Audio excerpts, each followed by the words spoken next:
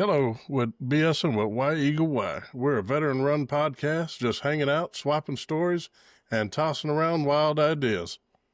Having a good laugh along the way. Pull up a chair, grab a drink, and join us as we talk about whatever comes to mind and have a blast doing it. And don't forget to look into the description, and we have a 10% code for W. Whether you need to be hydrated or given a boost of energy, W has the answer. Tonight, we have returning guests, DuhZeez, gamer, inventor, along with Dave, machinist for different contractors to include Blue Origin and SpaceX. Welcome back, guys. Hello. Thanks for having me. So, tonight, DuhZeez wants to talk about a theory he's had. I've had it for a while, dude. Some of you may find it entertaining or interesting. I haven't had the full gist of it yet, but we're about to get it. I'm ready for it. Mm-hmm. As a scientist myself, ancient astronaut theorist. Ancient Chinese secret, eh? I gotta go put my hair gel in real quick. I want to preface this that I'm not a scientist. I just, kind of, this is how I see things and how they, I see them working. And you might have to forget everything you know about, the old trope, forget everything you know about how things work.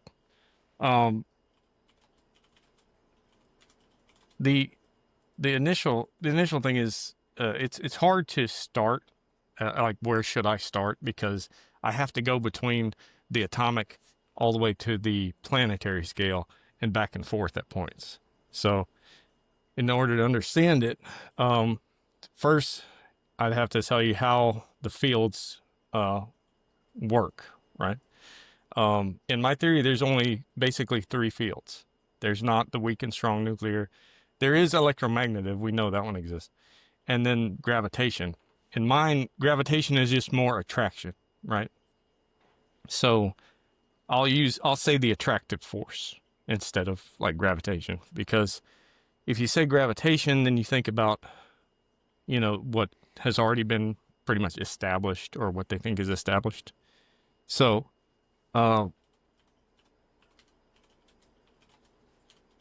sorry, I forgot to look up something.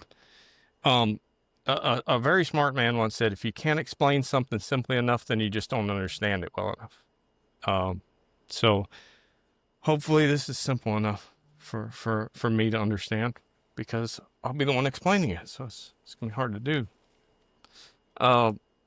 So first of all, the attractive force is, what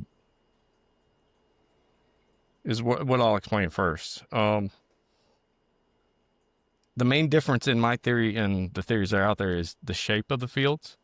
So I'm going to show you a picture of what I think the field looks like for the attractive or the gravitational once it reaches that size. Whoops, I hit the wrong one. All right, so this is a very simple drawing. Obviously, I drew it in paint, so it's very simple. So the red is just your atom, basically. It can be your planet as well. And the field is either oval, or it doesn't have to be oval. It could actually be just a kind of like a cone, emitting from the whatever's causing this force, or emanating, this force. So this field is not just stationary, it also rotates around. And that, here, I'll show you another picture of it. So that causes the field to be stronger when it's closer to the object or to the atom, and weaker when it's farther away. And because the field is rotating, the frequency of the field will tell you how strong it is, how far out you are. And I was showing you the other picture earlier about the gravitational wave. And this is the reason gravity looks like a wave, because if you take a field and you rotate it like that, it's going to appear like a wave, right? Yeah. So that's why they think gravity is a wave, but it's not. It's actually just the rotation of the field, because the field's not a perfect circle. And that's how I believe that the attractive force works. And if you notice, I kind of covered the backside of the atom or the planet with the field as well. And that's because at some point that field is going to be there at all times. So when you get close enough, it's going to be there at all times. So that would be your strong force. And then I got to stop fat finger and stuff. And the outer part would be your weaker, like nuclear type of forces, where they pull from further away, but they're not quite as strong, right? Any questions so far? That's basically like the idea that like satellites get sucked into our gravitational field, and the closer they get, the more powerful that attraction into our atmosphere becomes. Yes, yeah. And the sun is the same way. Every astral body does too. But this also occurs on the atomic level, right? So I'm going to show you another picture in a second. But the second force is obviously electromagnetic, right? And electromagnetic can be polarity based, right? So you can have an electron who is positively charged or negatively charged, and it may be pushed away or pulled in depending on that charge. But the third force that I'm going to talk about is something you don't really hear about. Nobody talks about it because they don't know about it. It's the repulsive force. So the reason I believe there's a repulsive force is because the quarks themselves, the elementary particles that the atoms are made of, they don't fall into each other. They're repulsed by something, right? Even the electron is repulsed by something because it doesn't fall into the atom. It stays in outer bands. So I'm going to show you a picture of what I drew. This is just a basic atom. But hopefully the picture will kind of explain the forces that I'm talking about. So the blue is the attractive, like we talked about already. See the oval shape. And like I said, it could be oval or it could be a cone that just gets weaker as it goes further out or away from the emanating point. The red is the repulsive. And I believe it's kind of a degrading, circular field, but I think it's kind of off to one side. It kind of wobbles. And then the electromagnetic would be your purple. Now, this is not to scale, obviously. This is just an example of what I see it being like. So the repulsive is probably going to be far smaller or weaker in a way, but it's the balance between these forces that will tell you where the electron is going to sit. So in this one, the electron would probably sit in this spot right here. And as all the fields are going to rotate somewhat. They're going to move. So as they move, it will stay in that little channel where the strongest attraction is at. And the repulsive will also kind of keep it in balance as well. But it will stay where that's the strongest. And as you stack atoms more and more, so this would be like a simple hydrogen atom, right? So you would have one electron and then your proton, neutron, or just your proton. Where when it gets more complex, when fusion happens and those atoms have to be, they have more electrons because they have more protons. So this field will stack and you'll have like one here and one here and one here, and the electrons will attract to it, and then you'll get like this, like I showed you, like that. So as you have more protons, those fields they're not going to be in line with each other.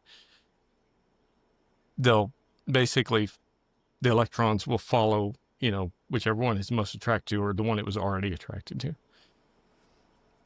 Any questions again so far? Nope, I think I get it.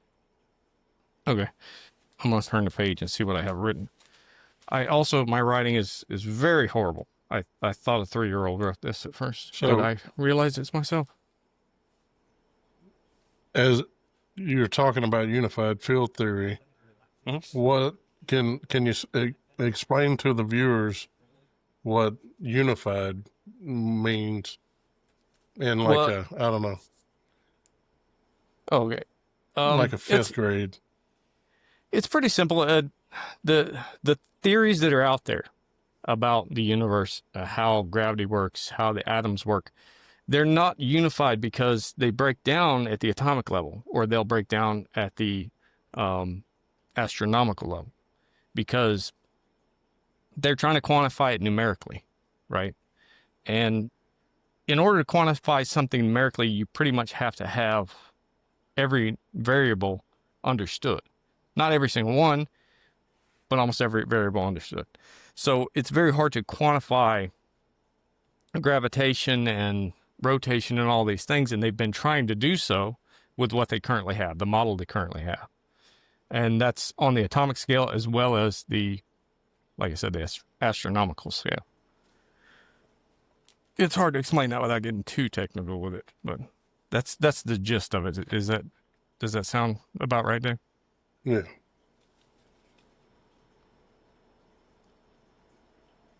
All right. Sorry, I'm looking through my notes to make sure I've explained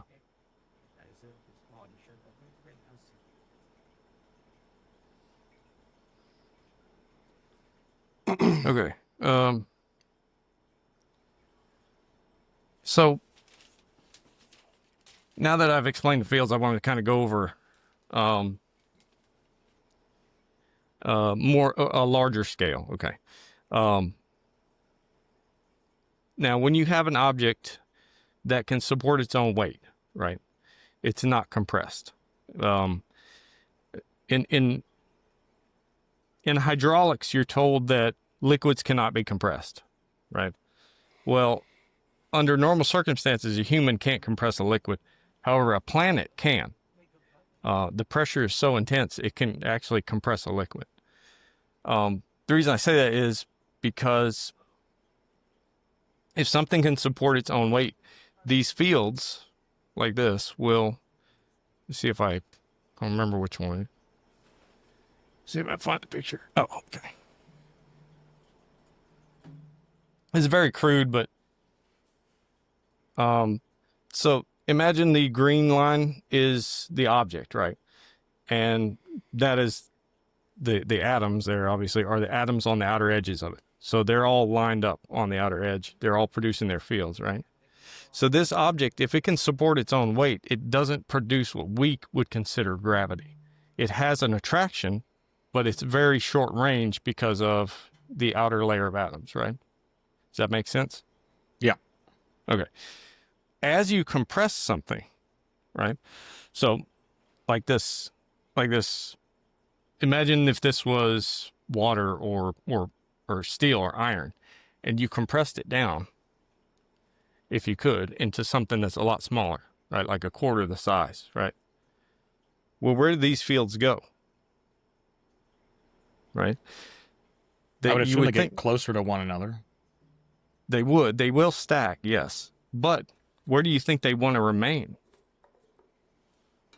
In their original position. Exactly.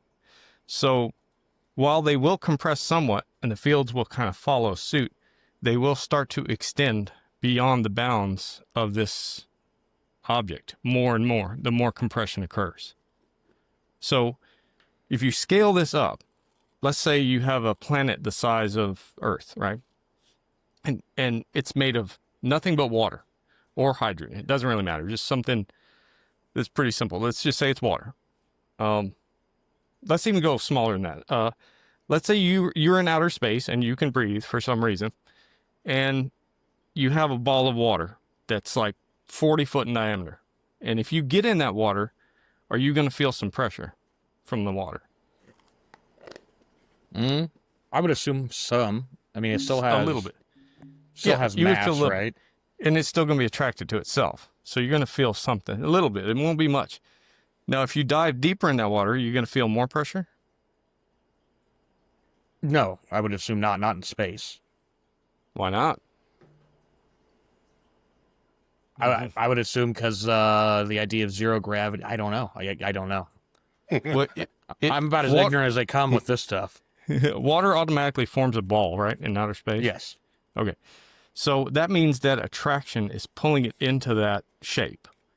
And that attraction will eventually create pressure on the atoms lower than it because they're all pulling in to each other, right?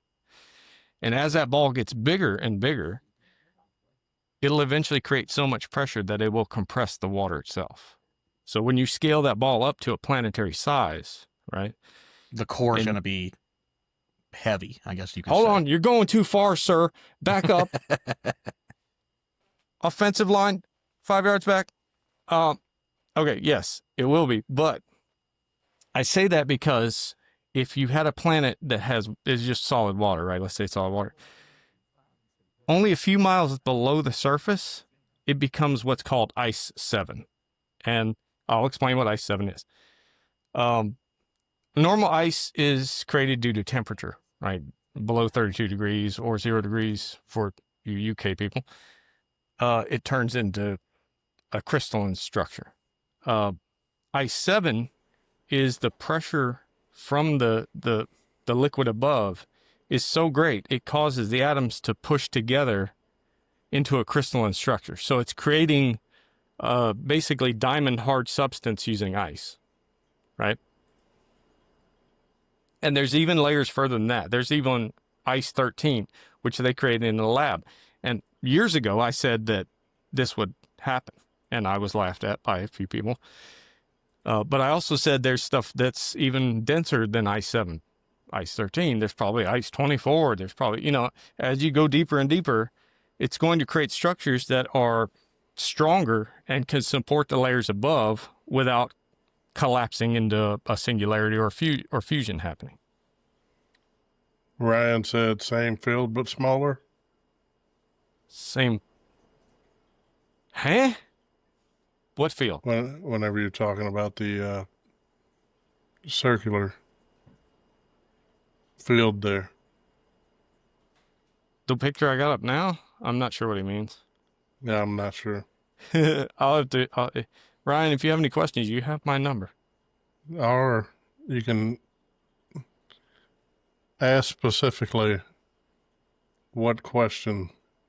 Oh, I guess Same. he means the same field on the planetary scale as the atomic.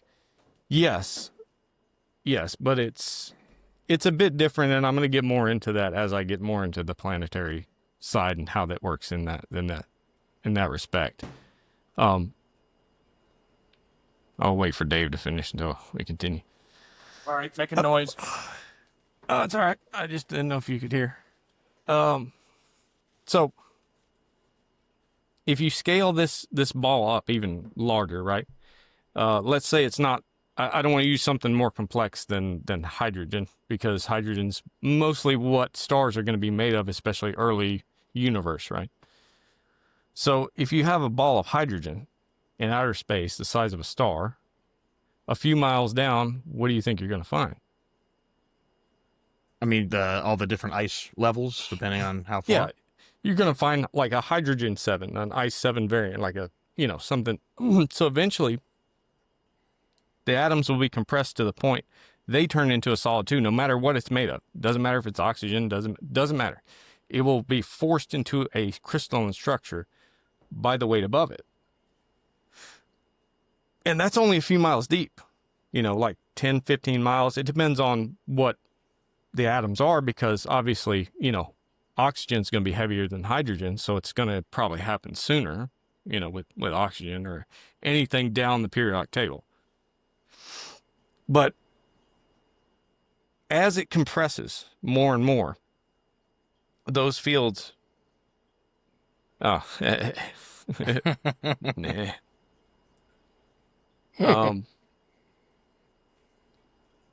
I guess I can stop sharing this, but I was gonna... Yeah, I've shown all this stuff. So, they know about neutron material, right? Neutron material is hyper-compressed matter, 10,000 times compression. And most likely that's still from one of the outer layers of a star. The inner layers, we really don't know how far matter can be compressed. So if you can imagine, a ball of, a star, uncompressed, totally uncompressed, right? If the sun was totally uncompressed, its outer diameter would be larger than our solar system. Far larger. Because it is probably compressed hundreds of thousands of times. We don't know.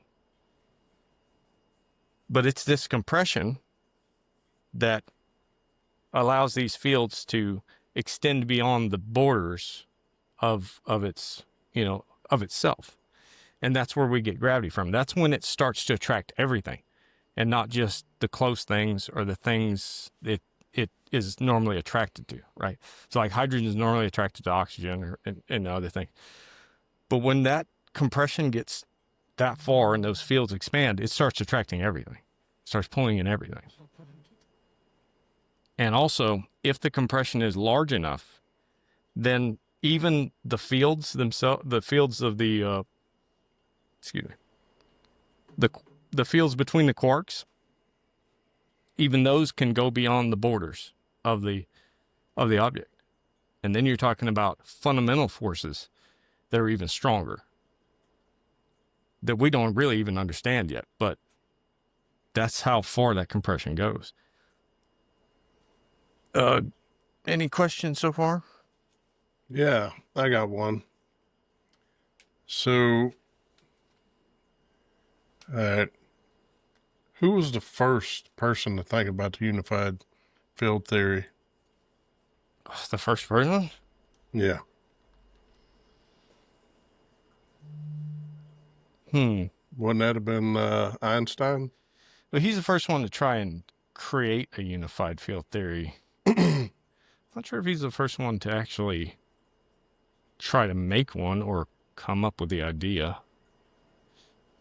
I'm not sure. It would have to be after knowing that they're there, because Newton, he knew about gravity just because of the effects of it, but he didn't know exactly what it was. I don't know, I'd have to look that up. It says, I'm looking something kind of up here. The term was coined by Einstein.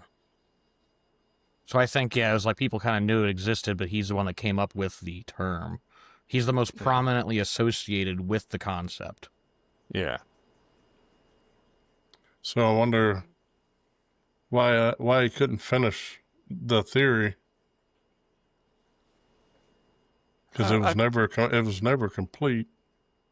No, Einstein was a mathematician, and he was very good at math, like Hawking, but better.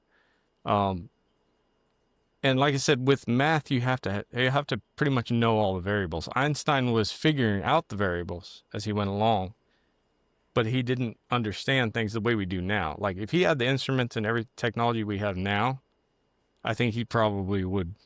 Yeah, he was extremely limited by our technology back then. Yeah. But I'm referring to things in my theory. I like to make associations based on what we currently know as much as I can. So when I say the field is like oval or well, you can see the effects of that because our solar system is pretty much flat. So like all the planets are pretty much in line. They're not completely, dead in line, but for the most part they are. Now, That, and along with gravity keeping us on the Earth. Yeah. And so that's why I said the field goes kind of around the object like a cone or an oval. Otherwise, you'd be thrown off on one side and attracted to the other. Another thing is the field's rotation. I would guess, this is my guess, that the Earth's field rotates at the frequency of the Earth, which is, I think, like 16.9 hertz or something, gigahertz or something. I forget exactly what it is, but that's what I would assume the rotational speed is of the field.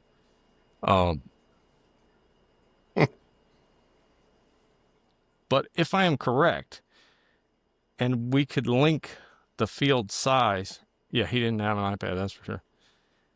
If we link the field size to compression, we would know exactly how, much matter is there. Because currently we don't. They keep saying that there's dark matter or dark energy.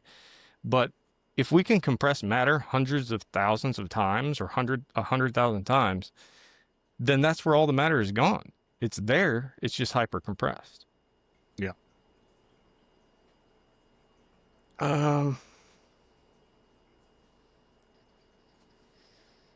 It says here Earth's frequency is approximately 7.83 hertz. 7 point. Okay.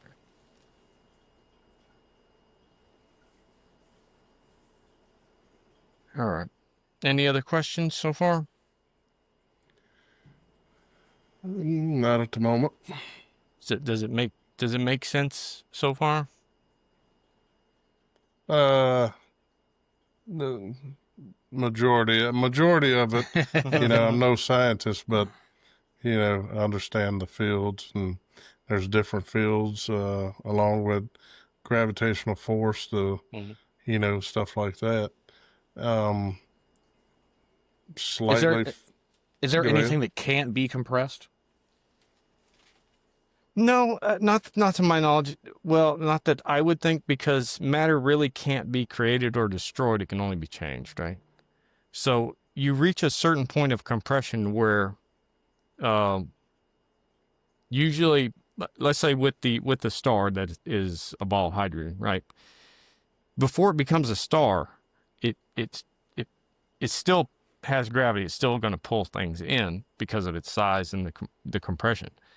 But once fusion starts, and fusion starts at the core or near the core, because of the pressure, because it's forcing the atoms together at extreme pressures and basically forcing fusion to occur that way instead of, like a burning or temperature reason. I also wanted to say too that, well, Rob, you might know this too. You know the purpose of the radiator cap on your car, right? I know it maintains a certain amount of pressure, so that it flows correctly throughout the system. It's that, and so it won't boil out. For every pound of pressure you put on water, it raises the boiling point 3 degrees. So most of your radiator caps are like 13 pounds or 14 pounds, somewhere in there. Now, why does that occur? Right? Why does pressure cause temperature to change? But it doesn't really cause temperature to change. That's kind of a misnomer. But why does it cause excitement, the excitement level to increase? I would say the closer you get to a vacuum, the easier it would be to boil, wouldn't it? Yep. You can actually boil water at room temperature. It depends on the room temperature, but I think if you do 28 inches of vacuum, water will boil even at like 30 some degrees. Man, you trying to make me show my a little smarts here. I mean, someone has to. It's not me. I told you this was going to be in depth. I'm trying to make it where everyone can understand it. So pressure is important to kind of keep the excitement level down, right? So the more pressure you put on atoms, it takes more temperature for them to become excited to the same degree. So if you tried to boil water at 1,000 feet below sea level, it's going to take like 225, 235 degrees before it's going to boil. So when you are taking atoms and you're compressing them, they're also heating up, but that pressure is also keeping their excitement levels lower. So it kind of stacks, that excitement level is pushing against the pressure, but the pressure is causing, it's really hard to think about in that way. But I just thought it was neat because as you go successive levels down in something that large, you have to think about the pressure versus the excitement level of the atoms. So how I would think it would work is you're going to go through a layer that is solid, then a layer that's liquid, then a layer that's solid, then a layer that's liquid again. And it's hard to imagine that because you would think they would all have to be solid. But, density will tell you where they're going to sit at in that level. And so the hyper-compressed things are going to be, or the more pressure, the more compressed they are, the deeper they're going to go. And as you add fusion into that, that will tell you where it's going to go, because it's going to go even deeper because now it's even heavier. But an interesting thing happens in fusion. So when you fuse two atoms, another side note too, the first fusion that happens is actually hydrogen to hydrogen, right? It's like hydrogen 1 to hydrogen 2, because hydrogen has two different states, or two different atoms. One is a proton and an electron, and the other is a proton, a neutron, and an electron. So the first fusion that happens is between hydrogen and deuterium. Deuterium is like hydrogen 2. And then once that occurs, once you get to that point, then you can fuse to helium and the successive elements. Now there's probably a in-between phase there too, elements that we don't even know about, but they only occur in extreme states of pressure under that fusion. But as those things occur, tell me what happens when you take an atom here and an atom here and you fuse it together, right? Like that. Ha! So, you know what? This is a good example. So when these two fuse together, tell me what happened. Did they take up more space or less? Less. Exactly. I would say less, because you're compressing, right? You're combining into one. So what happens when you take up less space in a hyper-compressed zone? You relieve some of the pressure. Yes. Does that make sense now? No. As you relieve the pressure. Okay, let me do it a different way. You people out there who are doing your own distillery, right? You're making your own moonshine, right? And as you take the alcohol. What do you mean, you people? You people, you know who you are. The ones I love who give me free alcohol. So as you distill something, as you distill alcohol, the alcohol will reach a certain temperature and then it'll plateau, right? And that'll tell you what alcohol is being burned off because of the plateau phase. That is because the pressure is equalizing, right? Those alcohol molecules at that temperature are expanding. Is it shrinking? No, they're expanding, so it makes the temperature stay at one point, right? Something similar happens with fusion, but it's kind of the opposite, I would think. I don't know. I could be wrong about that part. But I believe that the pressure actually drops because they say when you fuse deuterium into helium, you actually the temperature actually lowers in the sun. And they can tell that through, I guess, spectrometers and stuff. And the only reason I could figure that it lowers is because you're actually getting more space in there. Because as things are fusing, you're taking up less space. And it's also why stars tend to shrink as they age. They can expand, but they tend to shrink. But they get far and far, far denser. And as the density increases, those fields extend further and further beyond the bounds of the star. So the smaller star will probably maintain the same gravitational field as a larger star. To some degree. I mean, as you produce photons, that is actually some mass. It's not a lot of mass, but it's some mass. And over billions of years, losing photons, you're going to lose some mass. So you're going to lose a little bit of those fields. Size. But anything else? Any other questions? Can we see any of these invisible fields? No, they're invisible. But you can see the actions of them. Trick question, though. Had to try. I too have lost mass over the years. That's I not true. seem to keep getting it. I don't know what's going on. Yeah, it's trading That off. reminds- that I'm reminds- taking all your protons. Thank you. Give me all your proton.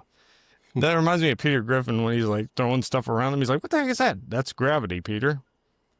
Because he gotten so big, he's like had his own gravity. So basically, I'm gonna try and sum it up. So when an object can support its own weight, it doesn't produce gravity as such, as we know it. It does produce an attractive force, obviously, because all the atoms do, but it's only going to be a little ways around the object itself. As pressure is increased and that atomic structure is condensed further and further and further and further, those fields still want to stay where they were, so they will kind of, in a way, expand, right? And I'll explain how they can do that and how they can expand. Not really expand. I should just say want to remain where they were and kind of reach those areas. So my idea of what is at the core of Earth is a bit different than most modern scientists. What I think is at the center of Earth is, or the center of the star, or Jupiter, or Uranus even, is basically a gigantic atom, right? It's not an atom as, the way we think of an atom, but the matter has been compressed to the point where the electrons can't move. And so what they do is they try and migrate to regions that have less pressure for them. Because electrons like to move. They don't like to sit still. So what happens to me is that you'll have this huge mass of protons and neutrons. And then at the top and the bottom, you'll have your upper and your lower electrons, or your positive or your negative or whatever, charges will be there, because there's like a 0, there's a 1, a 2, a -1, -2 electron. Anyway, it's kind of getting in the weeds with that. But so I think it's kind of the electrons go to the top and bottom, right? Because you have that rotational field, right? The pull. And so that's where most of your pressure is going to be located, because it's going to be pulling at the center. You're still going to be pulling top and bottom, but there's a tiny bit different, right? The top and bottom are going to be a tiny bit less, and the electrons will want to migrate to where that's less. Now, we're talking about extreme pressures. Like, I'm not talking about, it happens just easily. No. Extreme pressures. And this is what will give you your poles, too. That's why Earth has a north and south pole as well, because of the positive and negative electrons, stacking on the pole, on the ends of the super atom, I guess it was. But I say that, and I know a lot of people say, no, there's no way that happens. But I also have to explain black holes. So do you want me to explain black holes now? Or you want to save that for another time? Is this scientific black holes, or? No, this is fringe disease theory black holes. All right. I knew you were going to say that, Reggie. We all saw that coming. I saw the fingers typing. So just I so knew it y'all was coming. know, Reggie, my producer, it uses my name as well. So Yeah, they don't let just the so we producer make it change their clear, name. Reggie has seen a few black holes. He's seen some shiz. All right, so you want to get into black holes? Not you, Reggie. I'm talking about the people here. Yeah, let's get into some black holes. All right. So first off, black holes aren't holes. All right. That's a misnomer. And I'll explain that. So if you have what we've already established, a hypercompressed core of a sun, right? And you blow away the layers of it, right?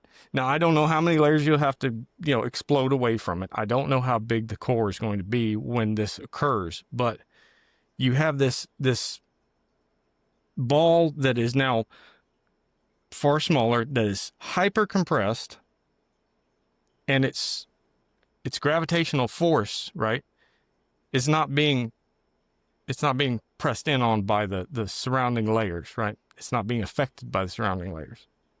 So that field, that's when the expansion happens, right? That's when It's kind of like when you have a magnet and you put iron around it.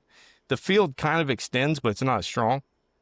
But if you take those iron pieces away and you just have that neodymium magnet, it's insanely strong, right? Yeah. That is what happens when a star explodes. The outer layers come off, and that inner core is left. So the gravitation just from that inner core is so intense that light gets bent around it. That's why you can't see it. The light will bend around it. During this time, what a black hole does, it does the opposite of a star. A star takes the first few elements, creates all the others, right, through fusion. A black hole takes all the heavy elements and destroys them back into the base elements through insane gravity. So as it's pulling everything back in, that stuff is crashing together. And if you think about it, right, it can pull in light, a near massless particle, right? It can pull it in. What do you think it's doing to the heavier stuff? Yeah. It's ripping it apart. Exponentially faster. Yes, it is pulling it in at near light speed because light can't escape it. So what do you think that's going to do? It's going to rip everything back to the base elements, right? And stuff's going to crash into each other, and it's going to cause, it to break apart as well. This doesn't mean nothing survives it. It just, that's its purpose. The star is a cathode, and the black hole is an anode. It's just a part of the solar life of the universe. So basically all that's left would be like the base elements. Yes. It could even break everything back down into quark level stuff. We don't know. But as it continues its journey, it will eventually, if it gets enough energy and gets enough mass, atoms and everything, it will eventually slow down. It'll stop, doing what it's doing, and it will reform into a star. But some pieces will be left behind. Some pieces of that hyperdense matter that exploded from near the core. What'll happen with those is when that star explodes, usually it's spinning, right? So when it explodes, you'll have to go out in every direction. But the stuff that's parallel with it, some of that will be recaptured because the field itself is larger there and stronger there. So you'll have some pieces recaptured. What those pieces do is they will start absorbing or pulling in the close matter that they can, and those form your planets. Those hyperdense pieces of star form the planets because they'll capture the other pieces. And as it finishes its journey, whatever it winds up being, it may have one planet, it may have 2 planets, it may have 9 planets, or 8 planets and a protoplanet. So me being a complete idiot when it comes to this, are you saying that a star explodes, creates a black hole, and then those pieces, they go out into wherever, and they start gathering up on themselves, creating the planets? Does that mean that the star that exploded is also restarting its process and basically beginning anew? Yep. Breaks everything back down, pulls it back in, but... Oh, I'm sorry, go ahead. So the star's not going to have the same amount of energy as before it exploded, correct? No, so it wouldn't be a star anymore, right? Well, that's why I said it would have to absorb enough energy or mass, and then it could. But that's why, some of them will. Some of them will absorb a whole nother star or planet system or whatever, and they'll get enough mass, and they will become a star again. Basically restart its engine. Yeah. It just depends. I mean, you need fuel for the fire, so right. That's what happens. And it also emits stuff. Oh, go ahead. I'm going to get off topic just for a second. Reggie, I took care of the scammer on Twitch. You might have seen that message come through. Another one? Yeah, I got rid of it. Do you want more viewers? Pay me. Just buy viewers. They're so easy to buy. If you ain't chatbotting, are you even trying? All right. Any questions about that? No, I think I understand that. Like I said, it's you have to destroy something to create it. Is what I'm getting in the long run of it. Yeah. And it won't be as strong or as powerful. Well, it can be. It depends on how much it yes. absorbs. Yeah. Because you do have supermassive black holes. Now, those are hard for me to even understand in my theory, but I'll tell you what I think they are. I think supermassive black holes are basically quark-level black holes. They started as quarks during the early universe, right? So they are hyper-compressed quark matter. They're not like our normal black holes that we would think about that is like a star that is exploded. These are proto. They've been here since the beginning of the universe. And what they do is they are the regenerators. So if you have a solar system like ours, right, and the sun burns out, loses its energy, becomes a dud, right? Eventually it'll work its way to the center of the galaxy and it will be absorbed by the black hole at the center. Doesn't mean it's going to stay in the center. It may be ripped apart by the black hole at the center, and then it may eject some of it. Depends. Would you say an asteroid would be part of a star that may have exploded, just being sent across the universe? I doubt it, because a star would be hyper compressed. So most likely an asteroid is just maybe some leftover material that wasn't fully absorbed, or Close it could planet. be part of a planet. Yeah, a planet that got ripped apart during it, or during the explosion, or whatever. So if these asteroids and meteors, like in our solar system, they travel by us and they start heading towards the sun because the pull. Is that almost like it refueling itself? Like, is it gaining? It's gaining mass if it hits the sun. Yeah, it can. Any mass is going to help out when it comes to that, whether it's a star or a black hole. And obviously, yeah, like on that scale, it's going to take a lot. Like it's yeah, it's almost unnoticeable probably when something happens, unless it's huge. I mean, well, most stars only have like one or two planets, right?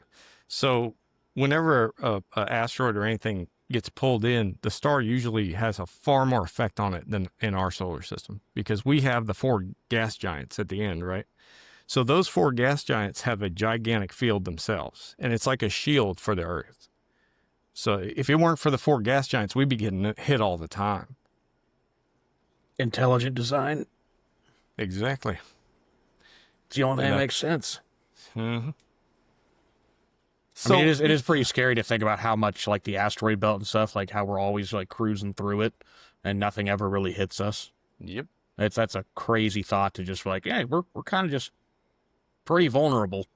Well, if it weren't for the 4 gas giants, we would be hit a lot more. A lot more. They pull stuff in themselves, and then what they don't pull in, if it gets close enough to us, usually the sun will pull it in the rest of the way, or it'll kind of deflect it.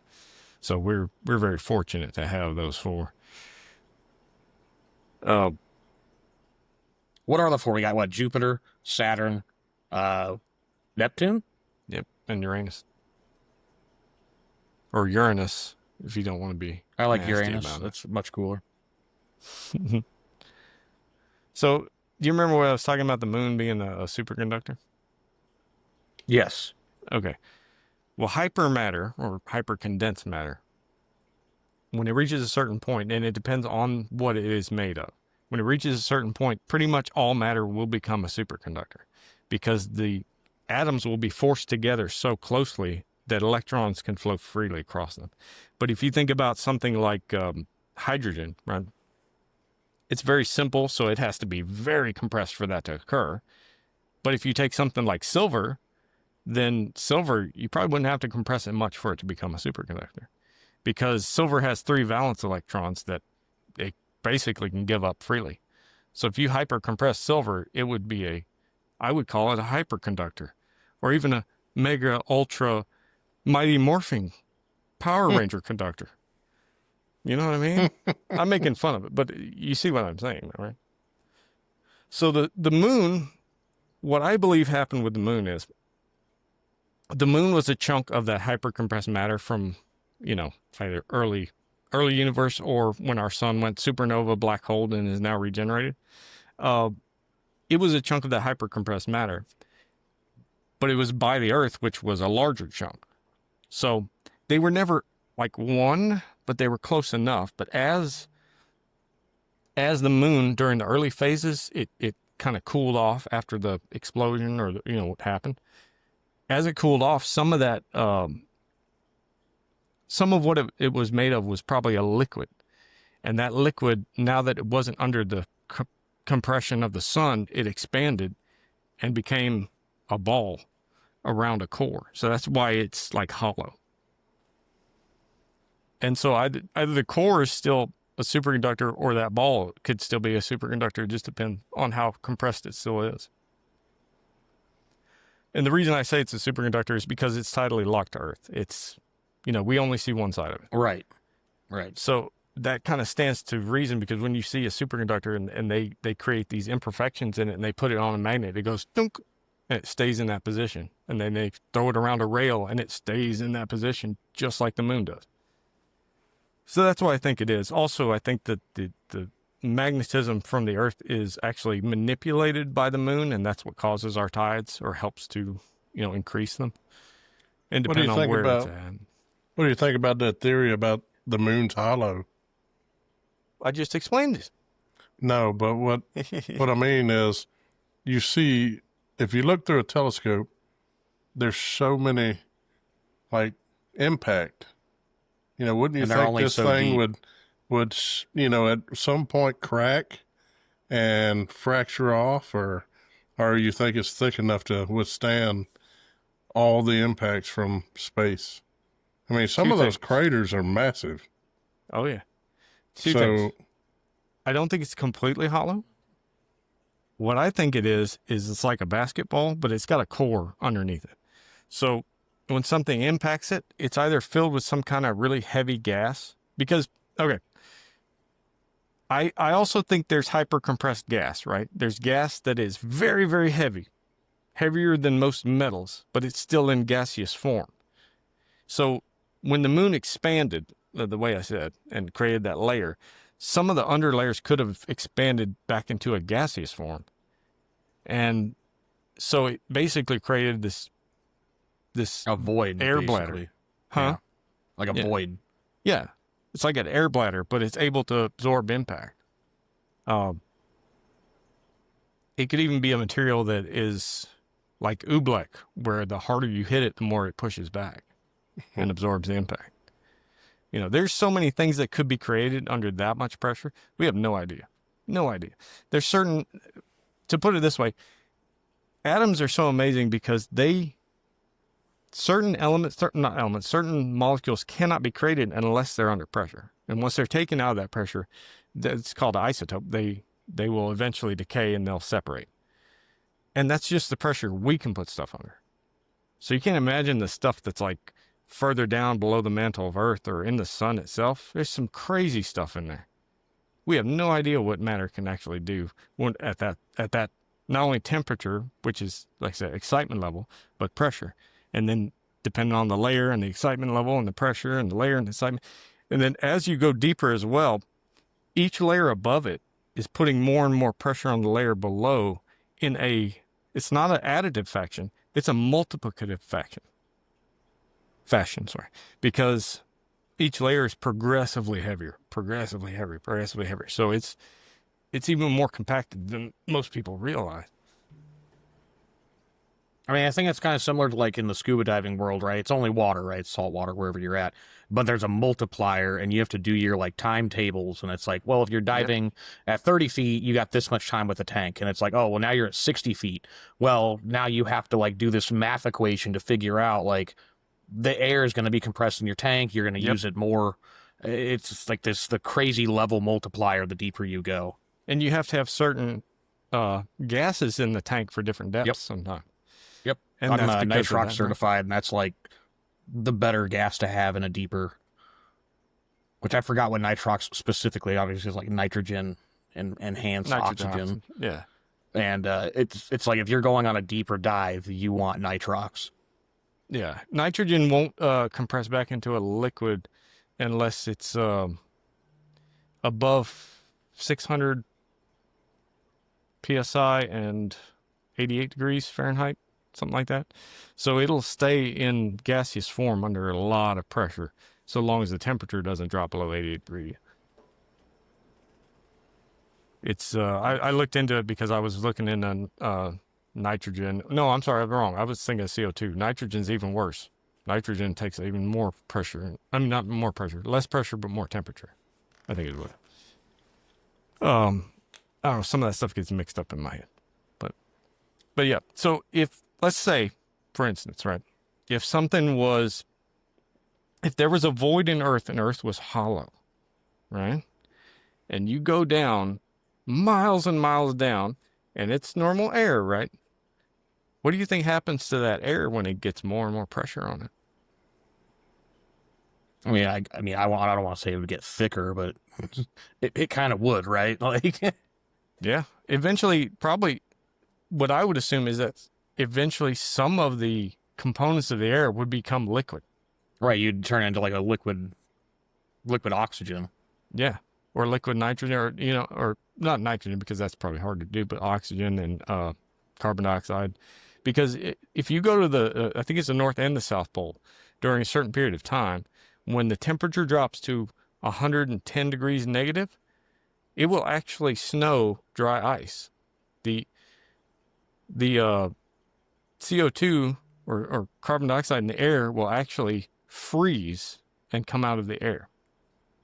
And pressure can kind of do the same depending on the temperature, of course.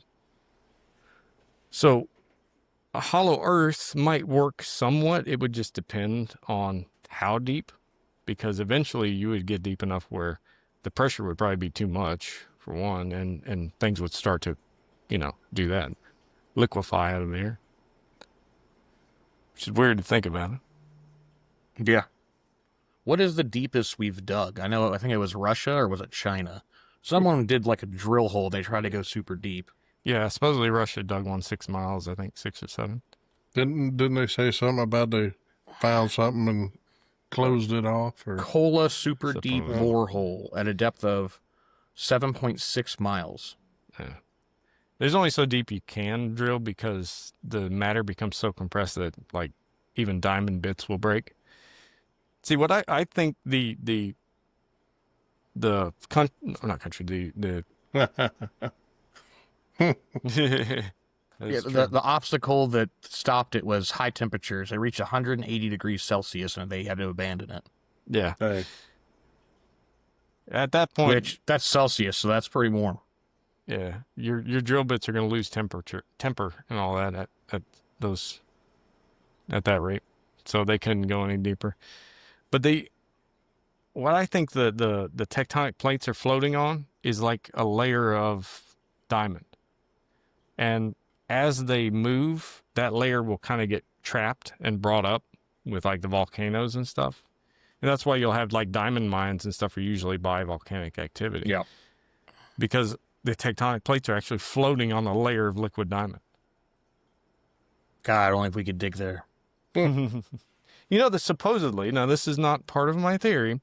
This is a conspiracy theory. There was an expedition someone did a long time ago. I heard about it. I don't remember who it was that did it or any of that, but supposedly they found a cave that went really deep and they found just gigantic crystals and like Journey to the Center of the Earth? diamonds and stuff. No, this was a long time ago. I mean, they could have taken it from that, but it was some conspiracy that they found something like that. Like, that'd be cool. Yeah. Ryan said nothing WD-40 won't fix. That was for the drill. Our drill's not working, sir. Have you tried WD-40? Just pour it in. It looks like I'm kind of looking at a little diagram of the hole. It started going straight, then it started getting real crooked.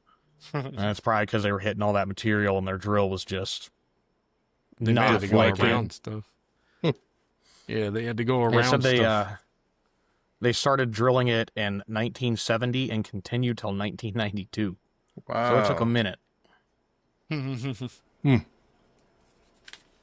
That is a long time to drill a hole. Somebody was trying to find hell. They would have if they hit that magma layer. I'm sure it would come flying out.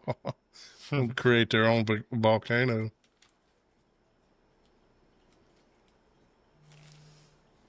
I think I pretty much explained everything. Hmm. Any questions? So you're saying there's not an alien base on the moon, though? No. There Not may that I know be human bases soon if not already. We'll see. Yeah. They said that a long time ago. They had the helium-3 they wanted to mine from the moon or something because it was a good source of energy.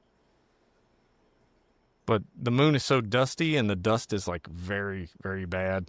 Like it just wears away everything. It's like working in the sand all the time. Make a moon. It would be nice to make one, but So, what would you imagine the tiniest thing in the universe being besides an atom?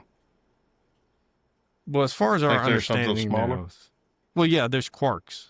I was talking about them earlier. That's The like particles the in it. smallest thing that we know about, right? That we know about. Yes. So it could even go smaller than quarks. We don't know. And the thing is, I don't think with our current level, we could even measure anything smaller than a quark. We can barely measure a quark because the way they measure it is using magnetism. Well, magnetism has a rate. It has a frequency. So if something is smaller than a quark, and the quark is barely picked up, if something's smaller than a quark, it's very likely it would go through that field, no problem, and you never see it. So our instruments aren't sensitive enough to sense anything smaller than a quark, if there is anything. So Ryan's still on the moon, I think. He said some people say it's cold at the center and not hot on Earth.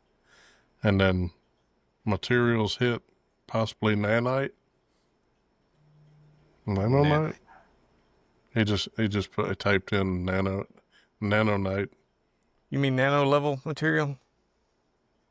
Meaning that it's really compressed, and that's basically what all the nano stuff is. They just align it better, and so the atoms are closer together. So when you hear that, like, what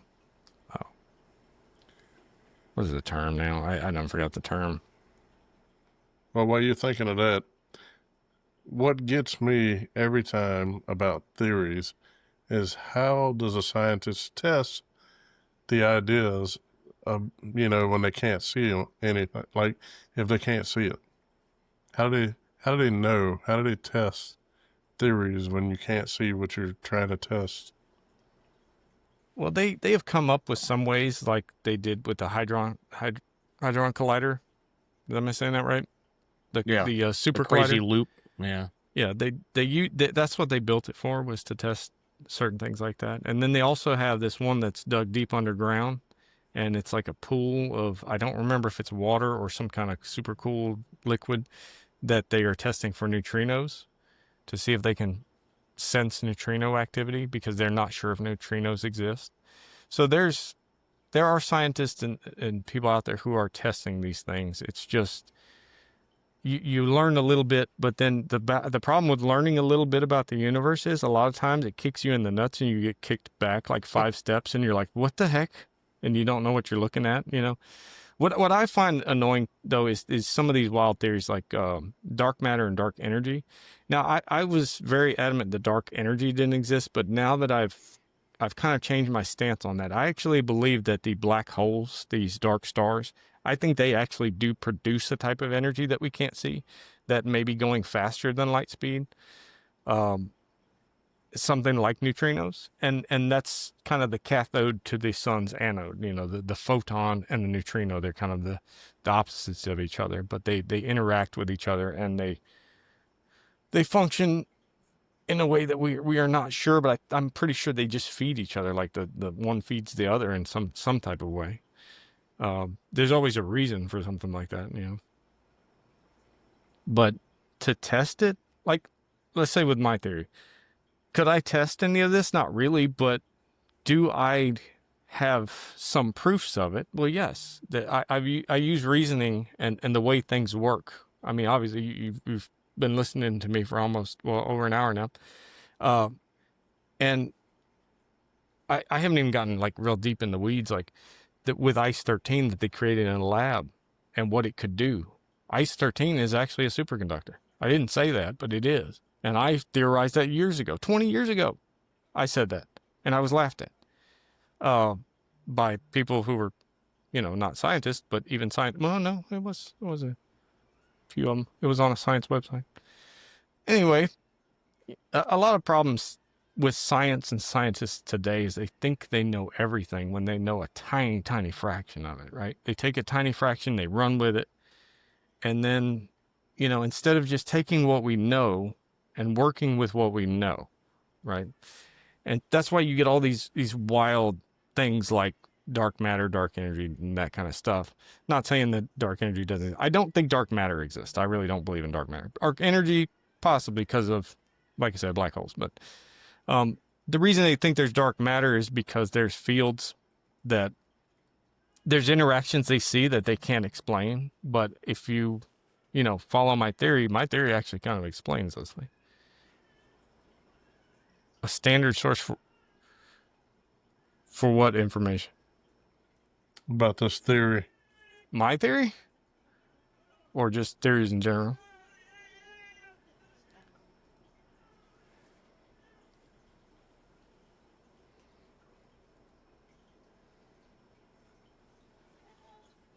Well, quite frankly, there is no source for like legit information on those things. Now, because most of this is theoretical, right?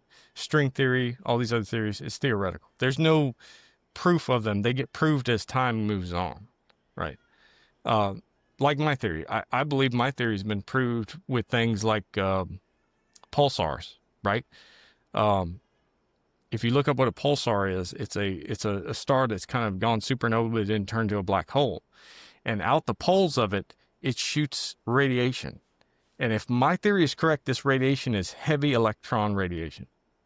Because remember what I said, the electrons migrate to the poles of the core of the star or the planet. It becomes this big atom. And if I'm right, this star out the poles would be your electrons. But I mean, it's not like it's not worth reading about those things. It's just like when you watch Discovery, right? And they tell you, oh, this creature evolved from this creature. You have to take that with a grain of salt because they don't know. They weren't there. They didn't see it. Right.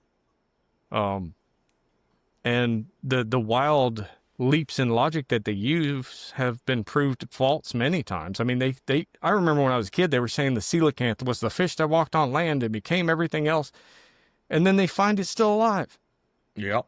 And then they said it was 90 million years old. And then next thing you know, it's 160 million years old. And the last I heard, I think it's 400 million years old. So you see what I'm saying? That the facts always change. And If I'm not mistaken, when you speak about that kind of time frame, there was a recent correction in, dating certain artifacts. There was what did I say? So say, for example, I was reading an article and they said that this artifact was like, say, 90 million years old, right? Yeah. Well, then they were basing it off of something carbon-14 that wasn't correct. And when somebody had proven that it was way off, and from 90,000 or 90 million years, it ended up being like thousands of years old, not 90 million. Yeah. So, there's always mistakes in scientific findings.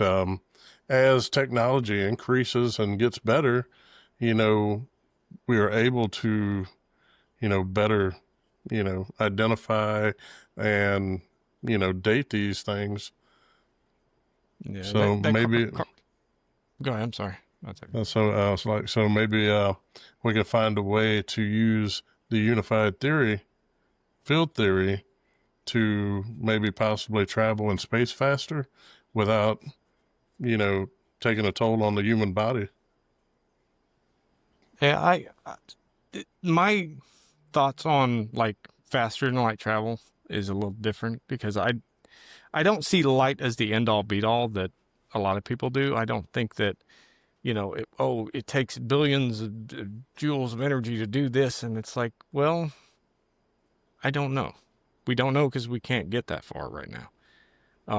I do believe that there are things that move faster than light. I actually think the quarks move faster than light. the pieces that the atoms are made of, I think they move faster than light, and that's why light is reflected off of them. If they didn't move faster than light, light would go right through them, right? You wouldn't have light bouncing off of them. And I mean, of course you do have some light absorption. That's why, this shirt is black or the thing, is purple behind me, because it's reflecting all the other light but that one, right? So it does absorb some, but why would it reflect light when light's a massless particle in the first place, or near massless? To me, it would have to be moving insanely fast to be able to reflect it. Whereas most scientists would say that's impossible. They can't move faster than light. But I'm like, well, what if atoms are blips, right? You're seeing a blip of something. So what I imagine atoms are, they're moving faster than light. And when we are trying to measure them or quantify them, what we're doing is we're looking at a car tire on the road. We're looking at somebody's rim as they're going down the road, and we're seeing that rim go forward, and then we're seeing it spin backward, because of that frequency. It spins backward. And all of a sudden it spins back forward again. And then it'll spin backward depending on how fast you're going. You know what I'm talking about?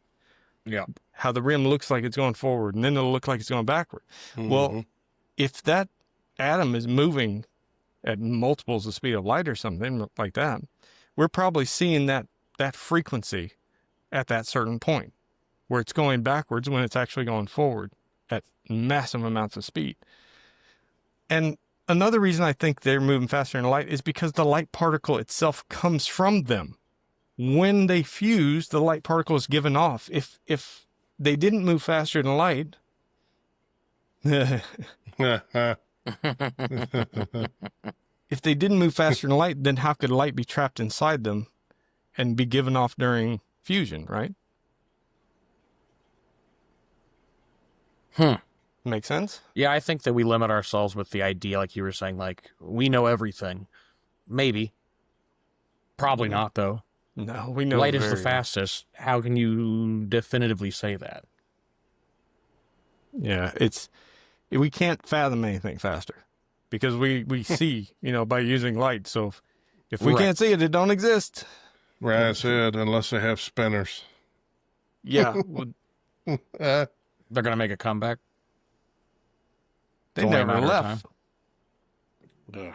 They're always in style. In some areas. Yep. See what,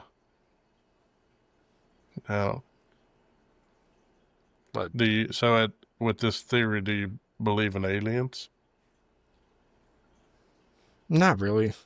I think. Oh, go ahead. As vast as the universe is, could there possibly be another Earth? In another galaxy? I mean, think about it. Why design this massive galaxy and only have one planet with just a bunch of dumb humans? Yeah, I mean, not to say we're all dumb, but, we're definitely in a decline when it comes to, being sharp, so to speak. I mean, watch the news. You see it. Yeah. Yeah, but that's not our fault. That's not our fault. That's the fault of the people who are in power. That's the fault of the people who don't teach kids the way they should. That's the fault of the people who want for themselves instead of sharing with everyone. You see, if people would share information instead of hoarding it, then we could advance. But we can't advance because people are too tied up on the monetary side of the physical side of it. Like, what's in it for me type of thing, right? And so you can't advance that way. You can't share ideas that way if you hoard it to yourself because you're worried about money and, funding and all that stuff. And another thing, a lot of the science now we're going to have to redo because it was for many years funding over facts. So whoever was funding you, right, you wanted to make sure that your scientific study worked out in their favor, right? Yeah. So there's so many studies. Yeah. There's so many studies that are just complete bunk. And it's all because the funding came from a certain source. It's like that should never be the case. Yeah. Can you imagine the amount of information that got destroyed when Hitler ordered, the books to be burned out of the library? Yeah. I mean, every time they've done that, basically, Carthage, any of the book branch, there's Pompeii. There's stuff we find in our libraries. They're not even that old.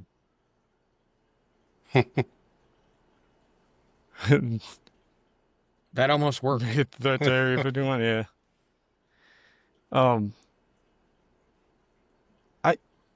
I don't know that, that, because the government scientists, they're pretty good. Like they're very secretive. There's always been these theories about aliens, and they found aliens and they're reverse engineering stuff from aliens and all this. But the universe is so vast that I think if there were life on another planet, it would be billions of years before we'd ever even find out about it, unless we, not I wouldn't say billion, but until we develop interstellar travel, if we ever do. I think a lot of civilizations would probably destroy themselves before they ever got to that point, because unfortunately we're well on our way. Yeah. We're pretty good at that. Yep. Because History selfishness repeats reigns. itself. When you teach a society to be selfish, to be all about me, it's only a matter of time before that society falls. Because nothing can stand by itself, right? You can't build a house with one support. You have to have multiple. And society is the same way. You have to have good people, and you have to have people there willing to support each other. And all that's pretty much gone now. Yeah, I was gonna say, you're not going to find that anymore. No. That's why Einstein was probably the last Einstein, right? Because you don't have that kind of society anymore that props up people who are smart, people who are, he was a patent lawyer, right? And he come up with theories, and they didn't just shoot him down. I'm sure they did a little bit, but when they saw how genius he was, he... I think he was autistic, wasn't he? A slight autism? I don't know if he was. I'm sure he may have been on the spectrum somewhere, but I do know he was very good with numbers, and sometimes autism can be that way, but I don't know. Yeah, Rain Man. I'm trying to think what is like the savant. He might have been like a little bit of that kind of little smart. Yeah, that's what I was thinking.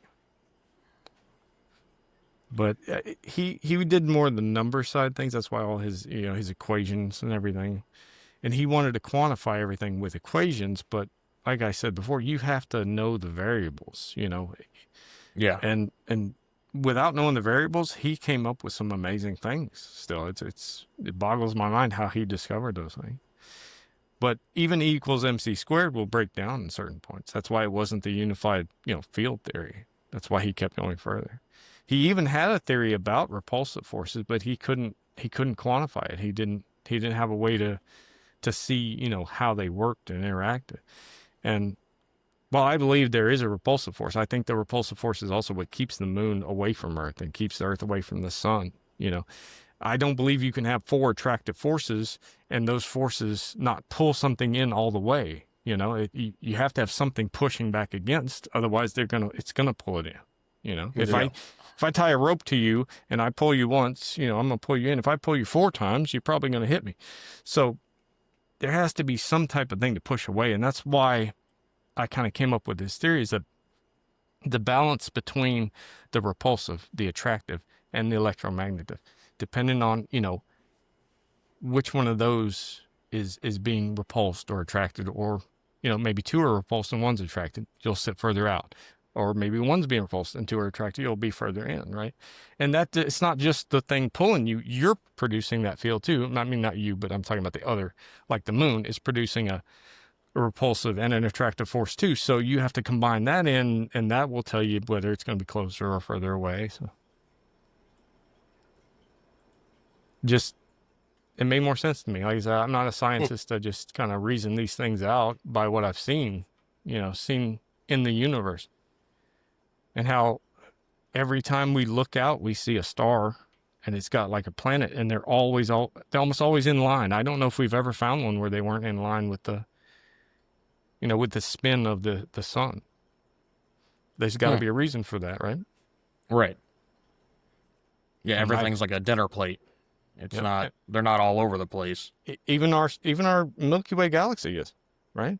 So that would lead credence to my theory being correct as far as the field itself, as far as the attractive field. Now, you could debate the repulsive, or we already know about the electromagnetic.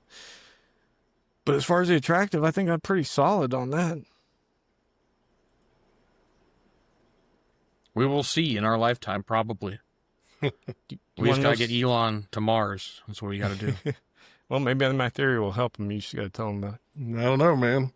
I mean, as long as him and Trump can make up or something, because Trump threatening to deport him? Like, come on, man. You're like two brothers trying to fight. The problem is he wants those EV subsidies. That's the whole reason he's fighting Trump. And I understand it, but I also understand the other side where it's kind of not fair to the others either. It's not fair for me to give EV subsidies to you, but the gas engine companies don't get any. It's basically, telling them, oh, you might as well just shut down. So I can understand that. And I can also understand Elon's point too, because, he doesn't want to lose those subsidies because he's going to lose a lot of money. He's going to, his stocks might go down. I'm not saying they're going to go away or tank completely, but he's going to lose money. That's for sure.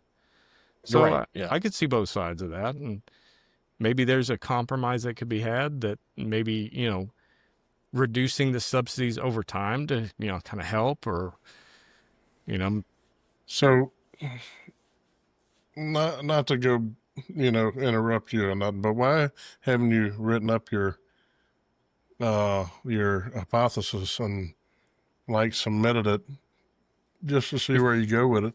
Because I write like a 3-year-old, and they would think, oh, type it up. So do they. So do they. They all write like that. I mean, it'd be like the Captain and Shano? Unified field theory is an open area research, right? So nothing has come to a conclusion. So why not type it up, submit it, and see what happens? I mean, you'll never know unless you don't try. Yeah, well, it's out there now. I mean, it is if somebody watches this. Yeah. And sure most of our viewers, I'm sure they're not scientists, but we might come across one. I'm sure they could grasp it. I mean, I wasn't going I'm through just saying for the submitting it.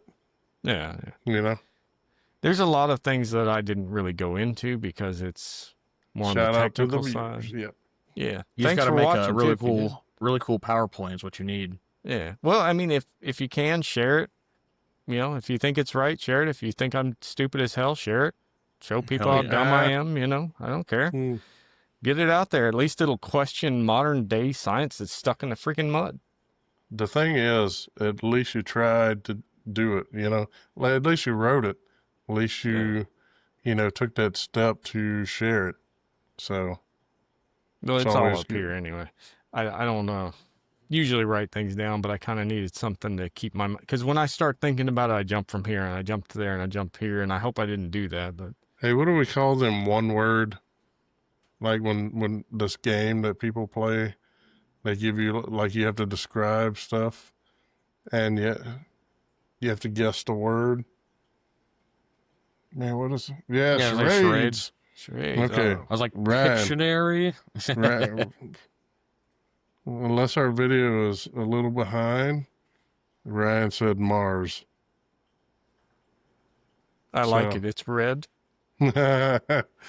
I think we need to paint it with a little bit of blue to make it purple, but other than that, it's wonderful. Was that from a previous comment about sending Elon? The moon landing was fake. It's totally possible. It is possible. Yeah, I wouldn't put it past certain entities to do that, let's say. You know what I'm surprised we don't have is a gravity chamber. You know what I'm saying? Like you can send this gravity chamber. Goku? No. Go sit in there and train up for a while. It's over 9,000. The body breaks down in space. But if you had a gravity chamber on a spaceship, or the entire spaceship had artificial gravity, how many years have we watched these sci-fi movies. Excuse me. These sci-fi movies, and they always had this great idea about having gravity. You know what I think our first artificial gravity is going to be? They're going to put stainless steel in each bone section. That's magnetic stainless, because there is magnetic stainless. Where they're going to make the stainless magnetic, and they're going to use a big magnetic field to pull you down, so you don't have to wear anything. You'll have plates in each major muscle group. Sounds like That's it's going to be the fucking first. painful. Yeah. It will be. That was you but going to hey, be. You're going to be space is worth it. Wolverine. Yeah. We But do that's- have like gravity chambers once again for the scuba diving world for like if you come up too fast, you got to get thrown into the chamber and they pressurize you. Oh, I don't know you're if it's talking about gravity. decompression. Yeah, it's not really. Yeah, that's decompression. Reggie, That's dangerous too. I'm man. still Here's waiting on the support. hoverboard from Back to the Future. I'm working on that actually. If my theory is correct, I should be able to push against Earth's magnetic field using magnets. And I don't want to explain it because I don't want anybody to steal my idea, but I think I actually can do it. I just have to get a lot of metals that. I don't want to explain because then if I explain it, you'll be able Total to do Recall. it and steal it. You make a hoverboard, I'll invest. All right. So Ryan said, it's 2025. We don't have cell service everywhere. What's up with that? But we can, we can communicate to the depths of space, but we can't have good cell service. Well, that's I 'cause still don't even know what 5G is. It's one more than four. I know, but I've never like had it. You don't have 5G? The phone's capable, still no service. You don't have 5G out there? I'm sure we do, but it's just funny because it's like the crappiest connection you can have. That's because space is more important than rednecks, and they know it. That's why. Yeah. There are AI certain places that it's hard to get into. AI is more advanced than the cell service? Yeah, it is. Yeah. But it still Right. lies to you.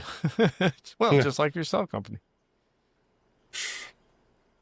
I mean, Yeah. you have capabilities of, like, say, Starlink, man. The best idea was taking a established cell service and giving it the capability of talking anywhere in the world by using the Starlink satellites. That Yeah. is a great idea. Especially, say, if Elon bought that cell company and then That certain that one. capability. Wink, wink. Oh, man. Hey, look, let me tell you, you would put phone companies, which I've had AT&T for a long time, but they suck. And, to have something where I can go in the mountains and still have service, Yeah. or be in the middle of the ocean and I still have service. That technology, where's that technology? The They don't wanna give it infrastructure to for all us. this. They Well, don't want to they're- give it to us. They have it. They do. They're too greedy. Well, that's called satellite phone. Yeah. They had it years ago, but they took it away from everyone. And have you ever looked up the price? I mean, you can get a satellite phone now, it's Yeah, high. they're but wildly it's expensive. crazy. Come on, Yep. Elon. We need good phones. There was a rumor he was thinking about making one, but man, if he did, he would put all the others out of business because I'm telling you. the rest of them That's- suck. Let me tell I mean, you. he has enough satellites up there to do it. Oh yeah. I'm gonna go ahead and tell you. Look, I Put have more everywhere? Starlink. And I've recently acquired the 1 gigabyte per second fiber. That Starlink service that I have is more reliable than that fiber, without a doubt. I have that system on a battery backup. We can lose power, but I can still communicate with the world. There, unless those satellites all like lose signal or something, I will be able to talk to anyone or anybody that has the same setup. Yeah. He currently has 7,875 Starlink satellites up there, Jeez. and they're planning around 42,000. Oh my gosh. How's there going to be enough space up there? People are going to like, we need to go to Mars, and they're just going to hit a bunch of satellites on the way. Yeah, it's going to be a problem. It's going to be a problem. There's already a crap ton of space junk up there. I don't know how he puts it up there in the first place. Right. What he needs to do, instead of sending a Tesla up there, he needs to send a tractor with a front end loader, and then it can just shove all the stuff down into the atmosphere. That's the trash and the Chinese spy satellites. Right. It says 5 gigatrons at 50. You go back in time. Yeah, but you have to be doing 88 miles per light speed. And it's hard to come by DeLoreans these days too. Yeah. Oh, I mean, you can get that part at O'Reilly's though. The flux Not capacitor. sponsored by O'Reilly's. The flux capacitor. You can look it up. Can They have you? the, How much they have is the it? little picture. I can make my own. I just have to bump my head on the toilet. No, Dave's looking it up. Hell yeah. They actually show the picture. Oh, not available for purchase. Does it Oh, show they the picture? discontinued, didn't it? Yeah. Oh, man. You can make your own with LED strings. It's probably a lot cheaper. And you can make it whatever color you want. Nah. Flux capacitor. Get fluxed. Max power's 1.21 gigawatts. Hell yeah. Well, I forgot to mention, too, I don't think that time and space are linked the way they have them linked. Like, I don't think the faster you go, the more time slows down. I know they did that experiment that supposedly, with the clock, and I don't know if we went over that before. I remember talking about it to somebody, but I know they did an experiment where they had a clock on Earth and a clock they put in like a space shuttle doing, 10,000 plus miles per hour above the Earth's surface. And when they came back, the clocks were off. Well, yeah, I understand that, but that doesn't prove that time is linked to that. All that showed me was that you went fast near outer space or in outer space, and you exposed that clock to more of the fields and the, magnetic field and whatever fields or energy it was exposed to, and you expect it to be the same clock, the same time. no, you said it was faster or slower? It was slower, the one that was up. I would That's have. why they I would call it have. slower. If I would have done that, I would have figured it would have been faster, no gravity, outside of Well, no, it's still, Earth's atmosphere. the thing is, it's still affected by gravity. Even space shuttles are still affected by gravity. They're not outside the gravitational field. They're just going so fast that it's negating. It's kind of like centrifugal force, right? If you spin something around fast enough, it doesn't drop to the Earth, right? That's basically why it's like that. Why they don't have a pull as such. Right, I said They're you seen basically them. constantly in free fall. You seen them people that came back from space look like they aged 10 years. Oh yeah, that's because the gravity, you need it. Like, Yeah. You need to- Our you need bodies to are be meant able for to- gravity. yeah, you actually get taller while you're up there, and then when you come back, you shrink. Oh, I need to 'cause go I need to go to space. What I need to do. It's gonna go back to normal though. I need to spend some time up there. But you brought up an interesting point, though, because the clock itself was also experiencing that centrifugal force, that like lack of gravity feeling thing. Mhm. So the clock was experiencing that too. So did that affect it? We don't know. But I don't see time. I think time is pretty much a constant. I don't think it's affected by anything. Speed, Yeah. no matter what we do, I don't think it's affected by any of that. Did you see the Well, space? it's also like in time, we made time up. Yeah. Like it's our own creation. Yeah, the Yeah. concept of it. Well, we know it's there because we can't like go back in it. We're subjugated to the present, right? Hey, Right. Reggie. Hey, look up that space shuttle that had the like the dead bodies, and then it had the cannabis seeds in there too for some reason. Event Horizon? they wanted to send the bodies to outer space, and they'd end up landing Go in the back to ocean. They had to apologize to all the families. Jeez. It landed in the ocean. I think I saw something on that. Yeah, It landed on 420, which was ironic. You know what? I don't know why they sent the seeds up. Maybe an experiment. Yeah. Yep. And it was supposed to go to space, which what gets me is why are you sending the seeds up there unless you plan on getting them back? Which they said the shuttle landed in the ocean, and they haven't been able to find it. Well, they've been doing experiments on plants in outer space for a while now because they wanted to see what the effects of the zero gravity would I bet be they on wanted them. to see the effects of DNA. That Yeah. too, That aren't accounted for. That does Oh. not mean they've been lost. They could be in a tree. they're not lost. They could be in a tree. Could be in a tree with the cat, and we just need to call the fireman. Yeah, what the heck? That thing looks like it was ready for re-entry. I mean, if you're going to send it to space, it wouldn't look like that. I would have at least pointed it towards the moon and let it hit. Yeah, we can hear the dinner bell. And every time you look at the moon, your family member's there. I mean, what, the aliens are going to find it up there, grow the weed? Yeah. They're going to find a bunch of ashes and weed, and they're going to be like, what the hell are these people doing? What do you think they thought when they found the Voyager thing and all the weird stuff they wrote on it?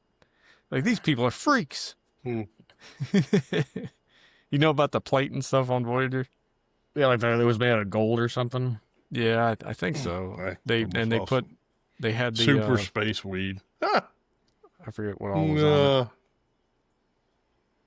Man. Want to get high? Aliens are Space- coming to Earth, just space baked out of high? their mind. Yeah. Oh man, what would you think they would do with the ashes then? They'd smoke the Snort 'em. ashes. Yeah. Yeah. Yeah. Oh look, cannabis and gray powder.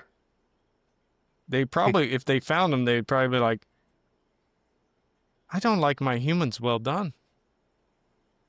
They don't taste Use them as good like well it's done. like a seasoning, Ah. like a salt. Ryan said that's the ship that the singers that Katy Perry flew up in.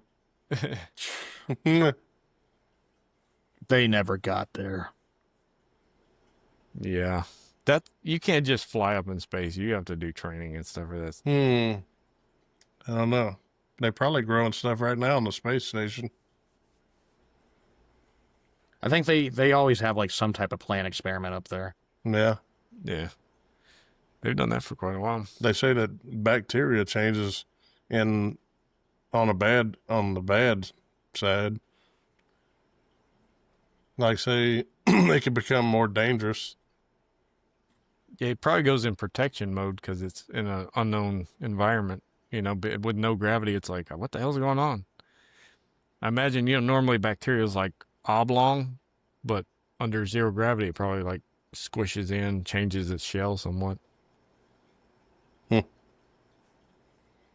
So, and just little changes in the shell. But the shell of bacteria is like the shell of your cells. It's got receptors for proteins, right? Right. So it could, who knows what zero gravity would do to that? And if it develops a protein receptor that your body doesn't have, oh yeah, it could be some bad stuff. Because your body has in your plasma is a whole bunch of different proteins just floating in there, right? And if a bacteria gets in and your immune system doesn't have that protein to be able to defend against it, that's when you have like these super, like bacteria that just eat your flesh. Yeah, it just has free range of your body. Yeah, because you have no immunity to it whatsoever. It's scary shiz, man. It's all that flesh-eating bacteria. We have that down here. It's ridiculous. I'm like, where'd it come from? Yeah. Years ago, we never had that problem. Now, all of a sudden, it's everywhere in a warm body of water. All right. Oh, you went tubing? Now you don't have legs. Thanks, Obama. Probably, you know. I got Reggie with that one.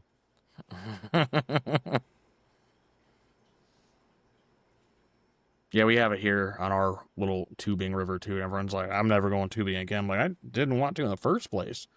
Yeah. That river's dirty. And you got MRSA too that's going everywhere. I said this a long time ago. When you clean a slate, when you wipe out every bacteria off of something, you wipe out the good and the bad, and usually the bad will survive. Mm-hmm. So you're Kinda making a like clean slate for cockroaches. bad bacteria. Yeah. Yeah. Bad bacteria is far tougher and stronger than good bacteria usually. So when you Lysol stuff and it kills 99.9% of germs. Well, that 0.1% that's left over is going to screw you over, dude. It's going to eat your fingers off. And I got one cutting board and I don't wash it. Just use regular soap. Don't use that antibacterial. I rinse it off. That's what. Well, when the virus was going around, I'll say that Russia did experiments on it with like soap and different things, right, to see what killed it. And they said that just water You want to itself. talk more about killed it. space? If you want. Okay. What do you want to talk about? No. He, Do we think there's undiscovered killer germs in outer space? we probably created it. Well, they say that we found bacteria on Mars and stuff. Now, is it killer? Probably not. I think a lot of stuff gets mutated here by our proximity to the sun and the radioactive elements that are here and all that, and plus humans themselves. That you need life, like more complex life, to mutate stuff like that usually, because it has to survive amongst all the other things. So if you find one or two bacteria in outer space, I wouldn't think they would be too bad, like too deadly or anything. They would probably be pretty benign because there's no competition, right? What about fungus? That's what I'd be worried about. Space fungus. Space fungus? Oh yeah, that's some bad stuff. Get it on your toe and it's just like you're growing a forest down there. So Barker said, if radiation is stronger in space, what kind of effect does that have on the cells and bacteria? Exactly. It'll either do one of two things. The life will either find a way, or it'll be too much radiation and it'll just kill it. The record was skipping. Yeah. Now, I did read an article about if a person was ejected into space, he would suffer severe sunburn in a matter of seconds. So they said they did have a monkey survive. The monkey was in space for 3 minutes. They got the monkey back and was able to resuscitate, and but it had severe burns. And it went on to give a good TED talk too. Yeah,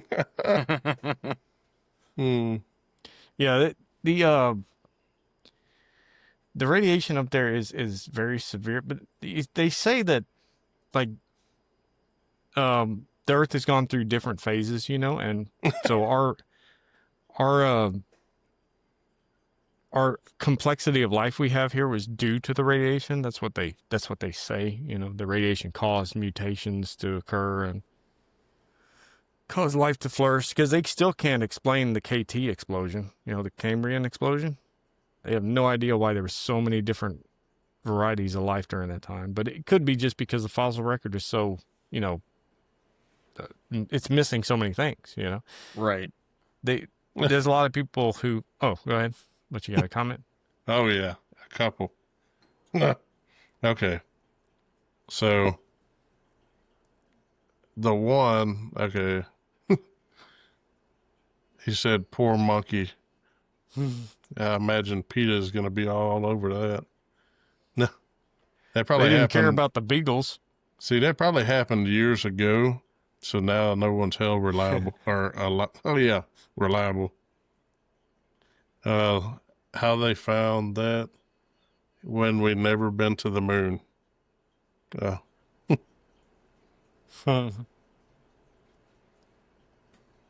Yep. I'm looking at that Cambrian explosion.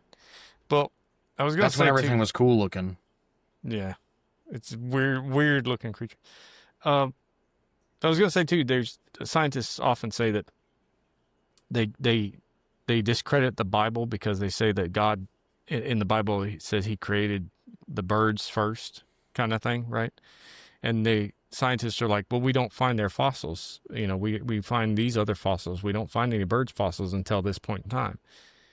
And I'm like, well, yeah, but birds' bones are hollow. They're not going to survive most of the time. They're fragile. So you might not find them in the fossil record, right? Or if you do, it'd be very rare. Right. Aren't like a lot of the birds' bones, like they're not hollow, but they kind of are, just Well, for if they- like being lightweight. Yeah, if they're a bird with flight, they're very light and they're hollow, like very brittle. Well, not brittle, but not as dense as like ours and land-based creatures. So that to me would explain why you wouldn't find them, because they degrade faster. Be harder for them to survive. Not saying that's true, just plus, making a case for it. perfect example is chickens, right? So you have 10 eggs. Majority of the time, you're never going to get the 10 to hatch. You will probably get, say, a good possibility is 40, 50% you're going to hatch, right?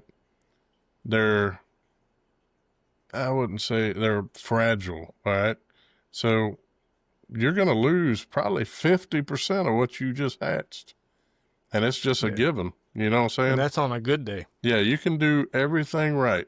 You can have the humidity if you're incubating. You can have the hen laying. And there's going to be some that don't make it. That's how fragile a bird is. Yeah. Temperature can play a role. Bacteria can play a role. I mean, you can do everything perfect, and we're still going to have some. Dang, there you go. That's that Japanese one. they like that bird. Hookbill or something, hornbill. Yeah, I think so. Forgot the name of that. Is that a hornbill? Ha. That's the one they did in Skyward Sword. They put, remember? Link was Barker flying said the out. next study will be sex and birth in space. How that will affect the human I'll body. do that. I'll do that. They probably already did that. The first Yeah, alien they are was, up there.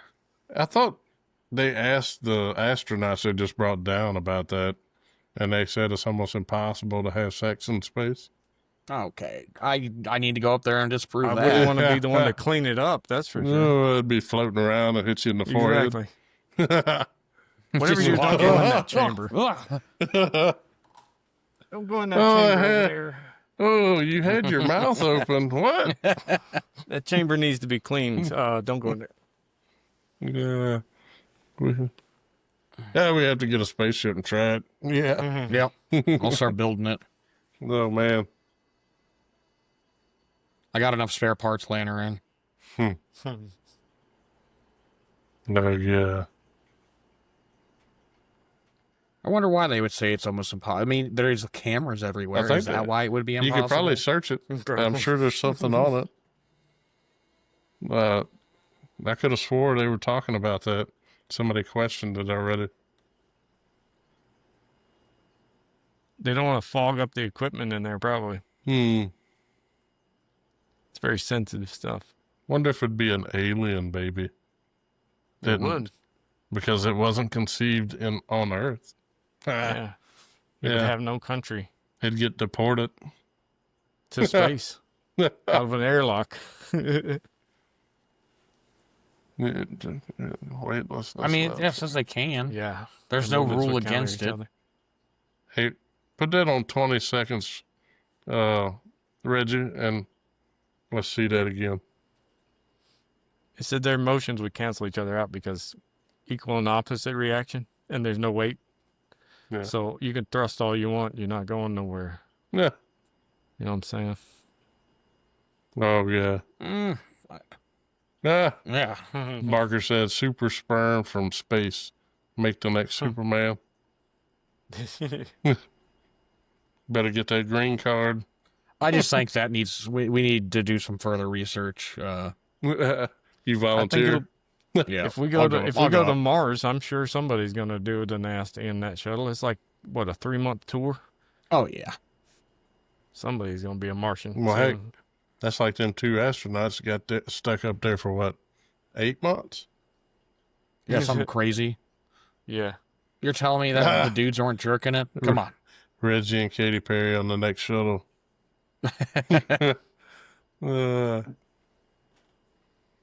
We're actually gonna go do experiments, Katie. Come with me. Mhm. You should see the view from over here. In this portion of the shuttle with no equipment and cameras.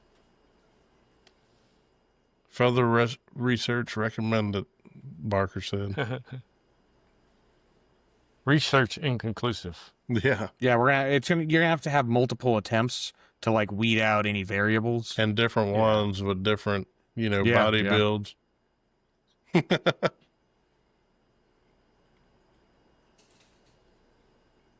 You have to develop a special suit just so you can do it in space, like it's got Or- magnets that or a suck you special to each room. other. Yeah, just have like a robot special. chair that just shoves you into them Yeah. and just pulls you back and forth. You're like on rubber bands on each side of the room, right? And so you smash together and then you Yeah. boom. It's like a swing. It's already designed, man. Just use the swing. What they need to do is just they need to make a spinning space station. For makes like gravity. Yeah. Yeah. That would be hard to do, huh? It'd be like the Gravitron at a fair. They're still around? They ban those yet? Because those things are dangerous. Are they? I Oh like yeah. them. I don't know. Go upside I've down, got get yelled at. always standing wanted one. straight out. I wanted to be a billionaire and have one myself and work out in it. I go to. Do handstand push-ups in it. Crank it up. Go faster. Dude sitting in the middle just jamming. Yeah. Throwing stuff at you. Catch this You have knife. to dodge it. Like I'm going to do a somersault. Oh, broke his neck. dodgeball. The wrenches. Yeah. If you can catch a wrench, or if you can dodge a wrench, you can dodge a ball. Oh my! Barker I haven't said, done just a little been bump on a and grind. Gravitron in years.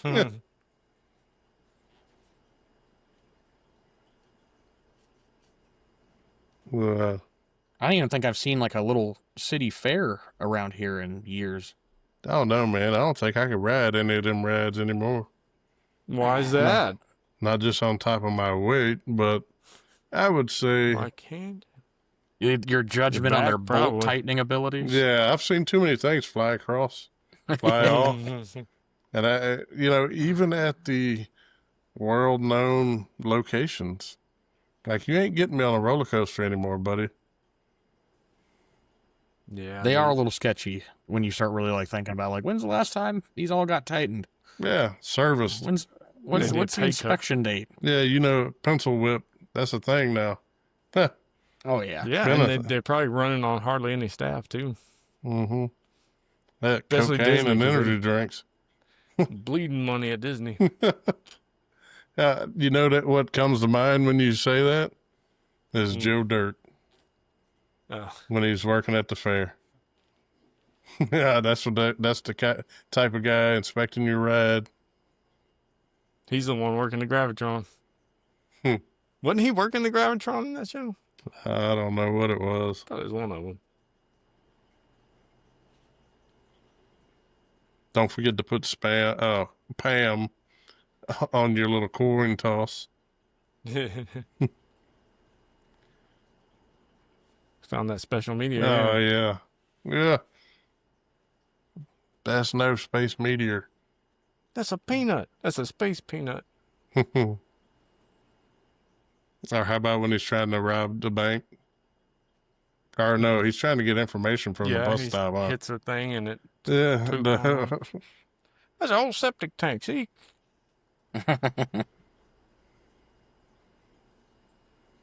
I always wanted to go into like I wanted to be a physicist. I really did. But You still got time? Just go back Yeah. to school. I Dude, don't there's have the brain there's for it no more. 80-year-old women graduate college. I'm surprised I could explain what I explained because of the damn COVID brain I've got. I'm not kidding. I was trying to think of stuff half that time, and I'm like, what the hell am I trying to think Right, I of? said, it I puts can't the do it lotion on its skin. I was thinking that earlier when you said Joe having Dirt. sex in space. I was like, what if there's a room with a hole and you're like, Oh, my. Barker said, drop some acid and get on the gravitron. Mm. You're just gonna fucking vomit all over yourself. Yeah.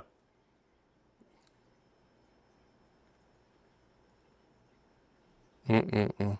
No, I tried to go back to school, and I have no interest in it.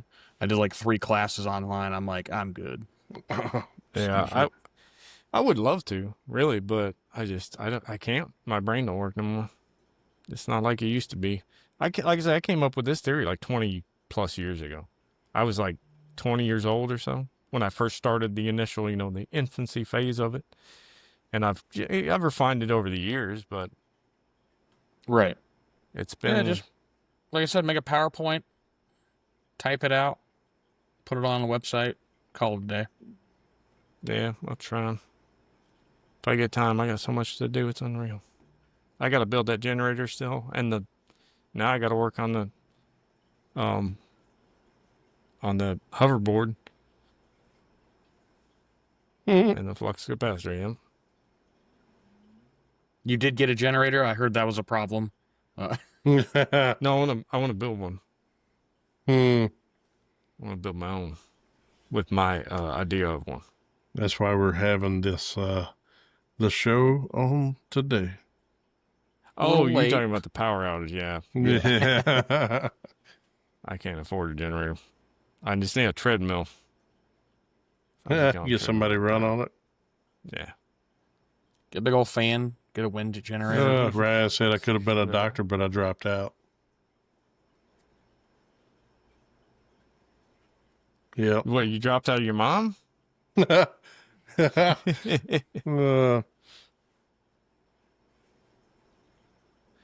Ever since that doctor slapped me, I hate doctors. I wanted to be one, but he slapped me.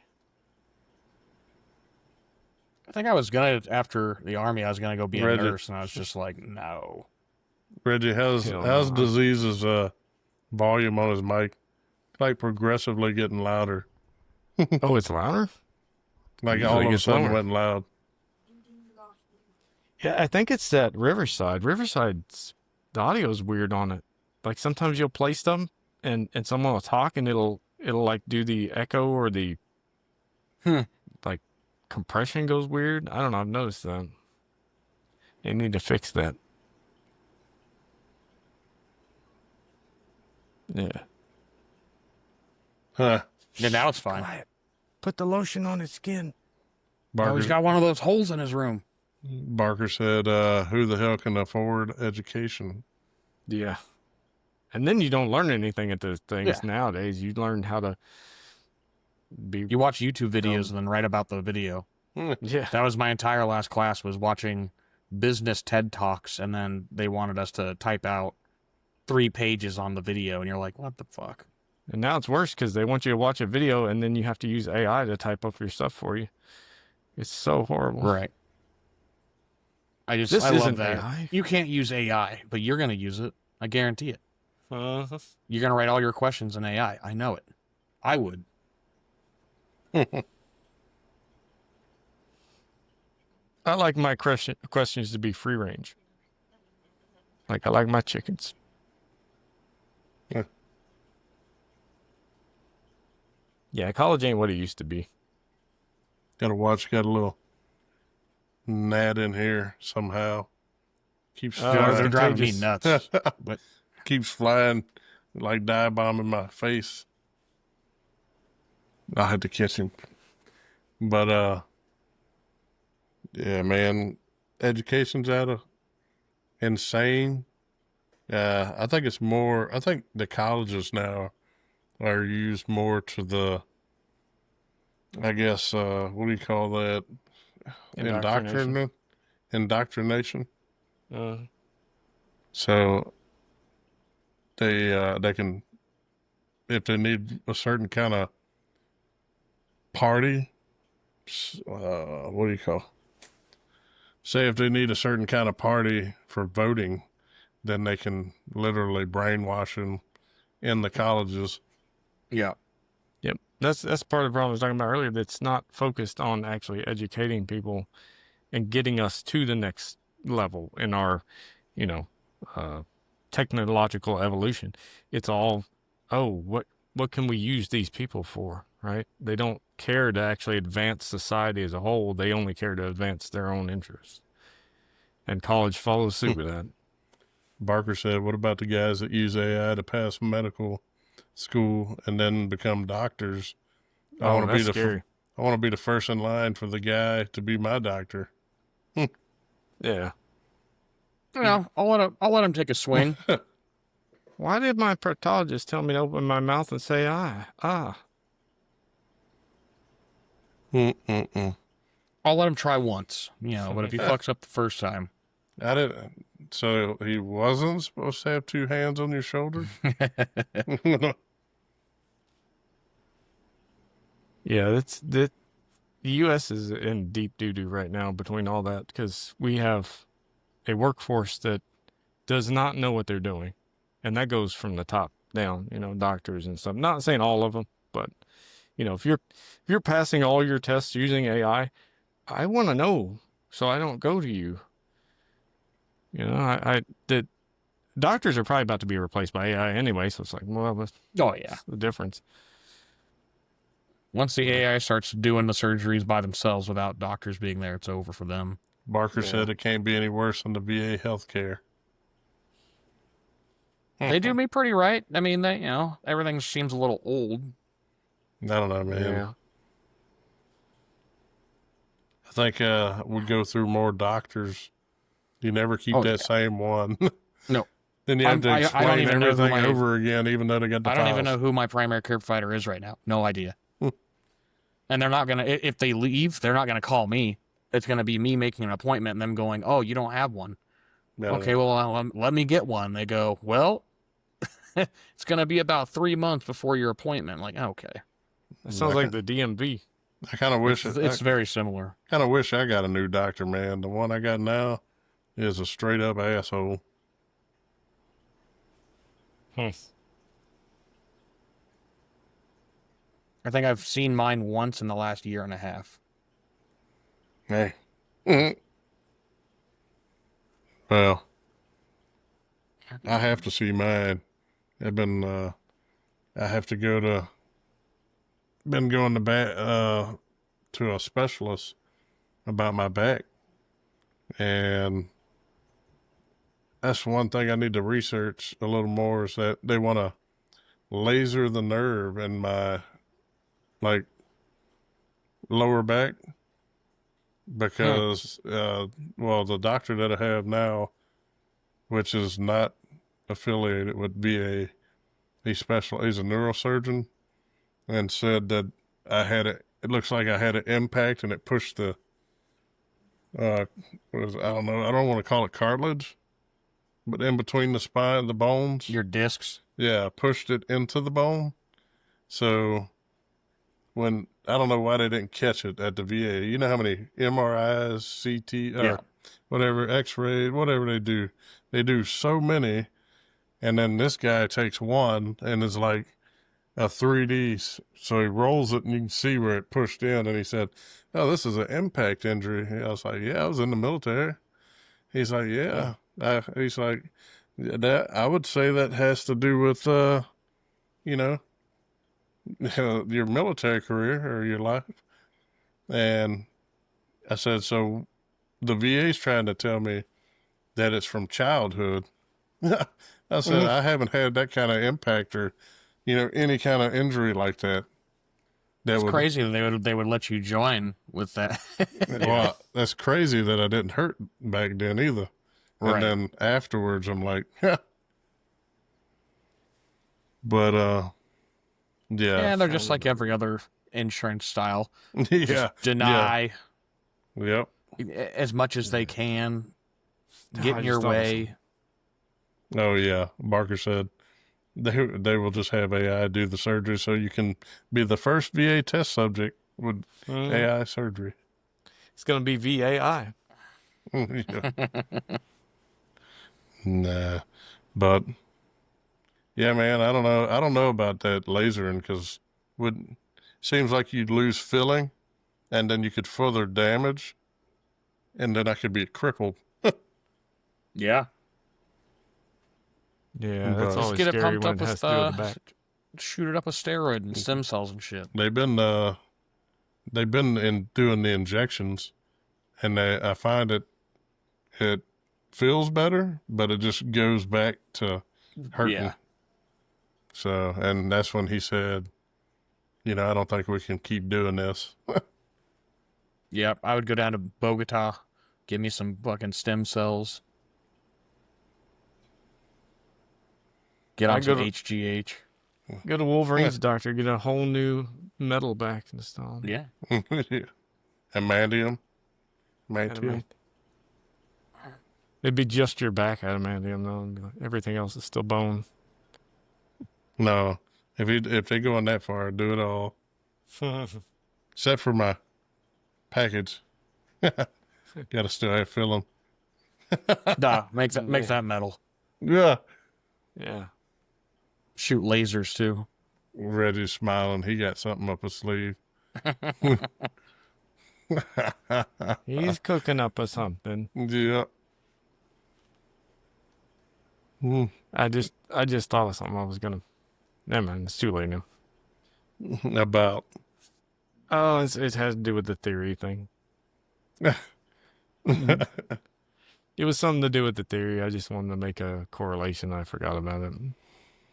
I can do it real quick if you want, but it's. Remember when I was talking about when the star explodes, right? And the pieces that get recaptured, right? And they become the planets. I was going to make a correlation with a magnet, right? If you have a magnet and you break a little piece off of the magnet, you have two magnets. You just have a larger one and a smaller one, right?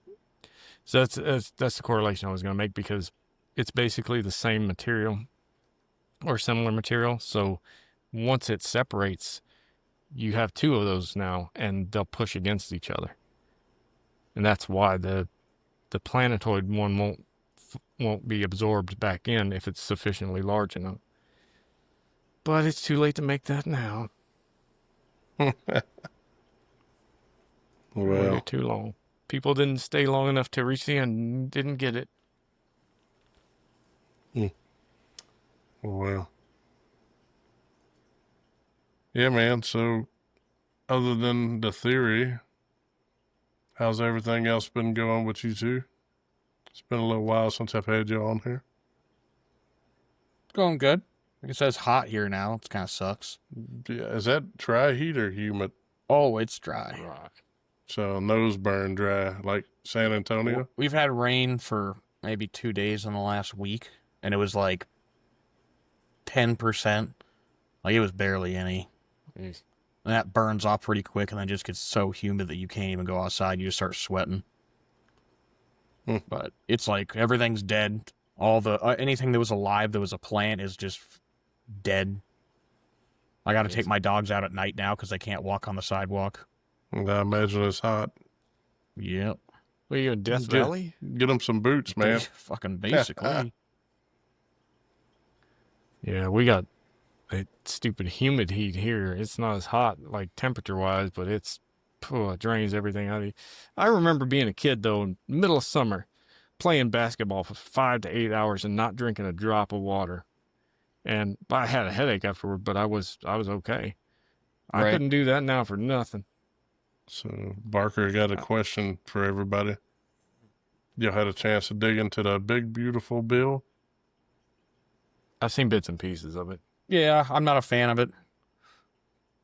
I don't like the idea of packing a lot of stuff into one bill that have nothing to do with one another. She had started off at like 100 pages and ended up 900. Yeah. They always I'm do, sure though. it's got some good stuff, I'm sure. It's got some bad stuff, I'm sure. All those other pages are concessions. You know, they do what they want. They say the initial thing, and then they get in there and they're like, oh well, if you want this, we need this, and if you want this, we need that, and then it makes it 7,000 pages, just like Obamacare. All right. Yeah.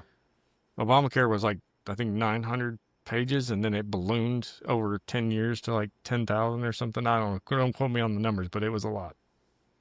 Like, what are you filling that with? Yeah, rich That's people, right. rich people win in the end. Yep, it always happens. I fought with AI over that. I talk to AI every now and then about stuff like that just to see how I just want to see if the AI is going to tell me the truth or not, you know? And I fought with AI over it and being like about the corruption. And I eventually had it where I was like, okay, well, I believe you're 95% correct about the corruption. And I'm like, why not 100? He's like, well, I don't have facts, but by the correlation you've made, you know, it's like, okay. I talk to AI when I'm lonely too. No, I'm just kidding. Oh, you got any girlfriends? No. I've talked to the AI about my theory a few times, and surprisingly, brave AI makes some of the leaps in logic that I'm like, it got it, it understands it.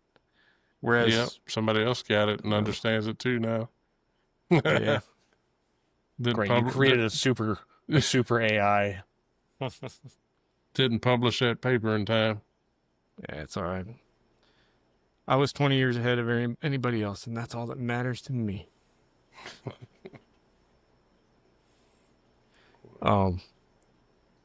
Yeah, you know what's funny is I posted part of it on my MySpace page a long time ago. MySpace, telling MySpace ages now. I don't even remember the last time I was on that. Telling Yeah. ages.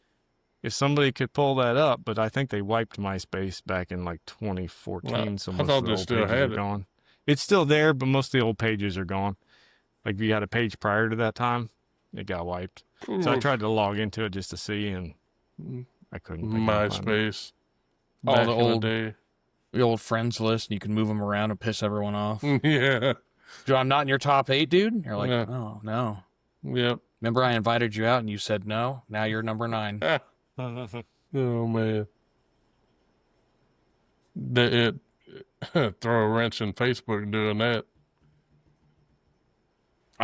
Fuck, I forgot when I got rid of my Facebook. It was probably 7 years ago. Yeah. Something like that. I haven't been on it a long time. Tell you what, man.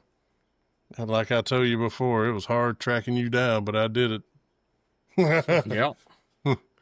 Couldn't find this dude on nothing. And when he has a couple social medias, or at least one, which his name is not even on there. Mine ain't either. Yeah, Yep. that's the best way to be. I'm not linking my stuff because that's how they track you. Dude, I went Government.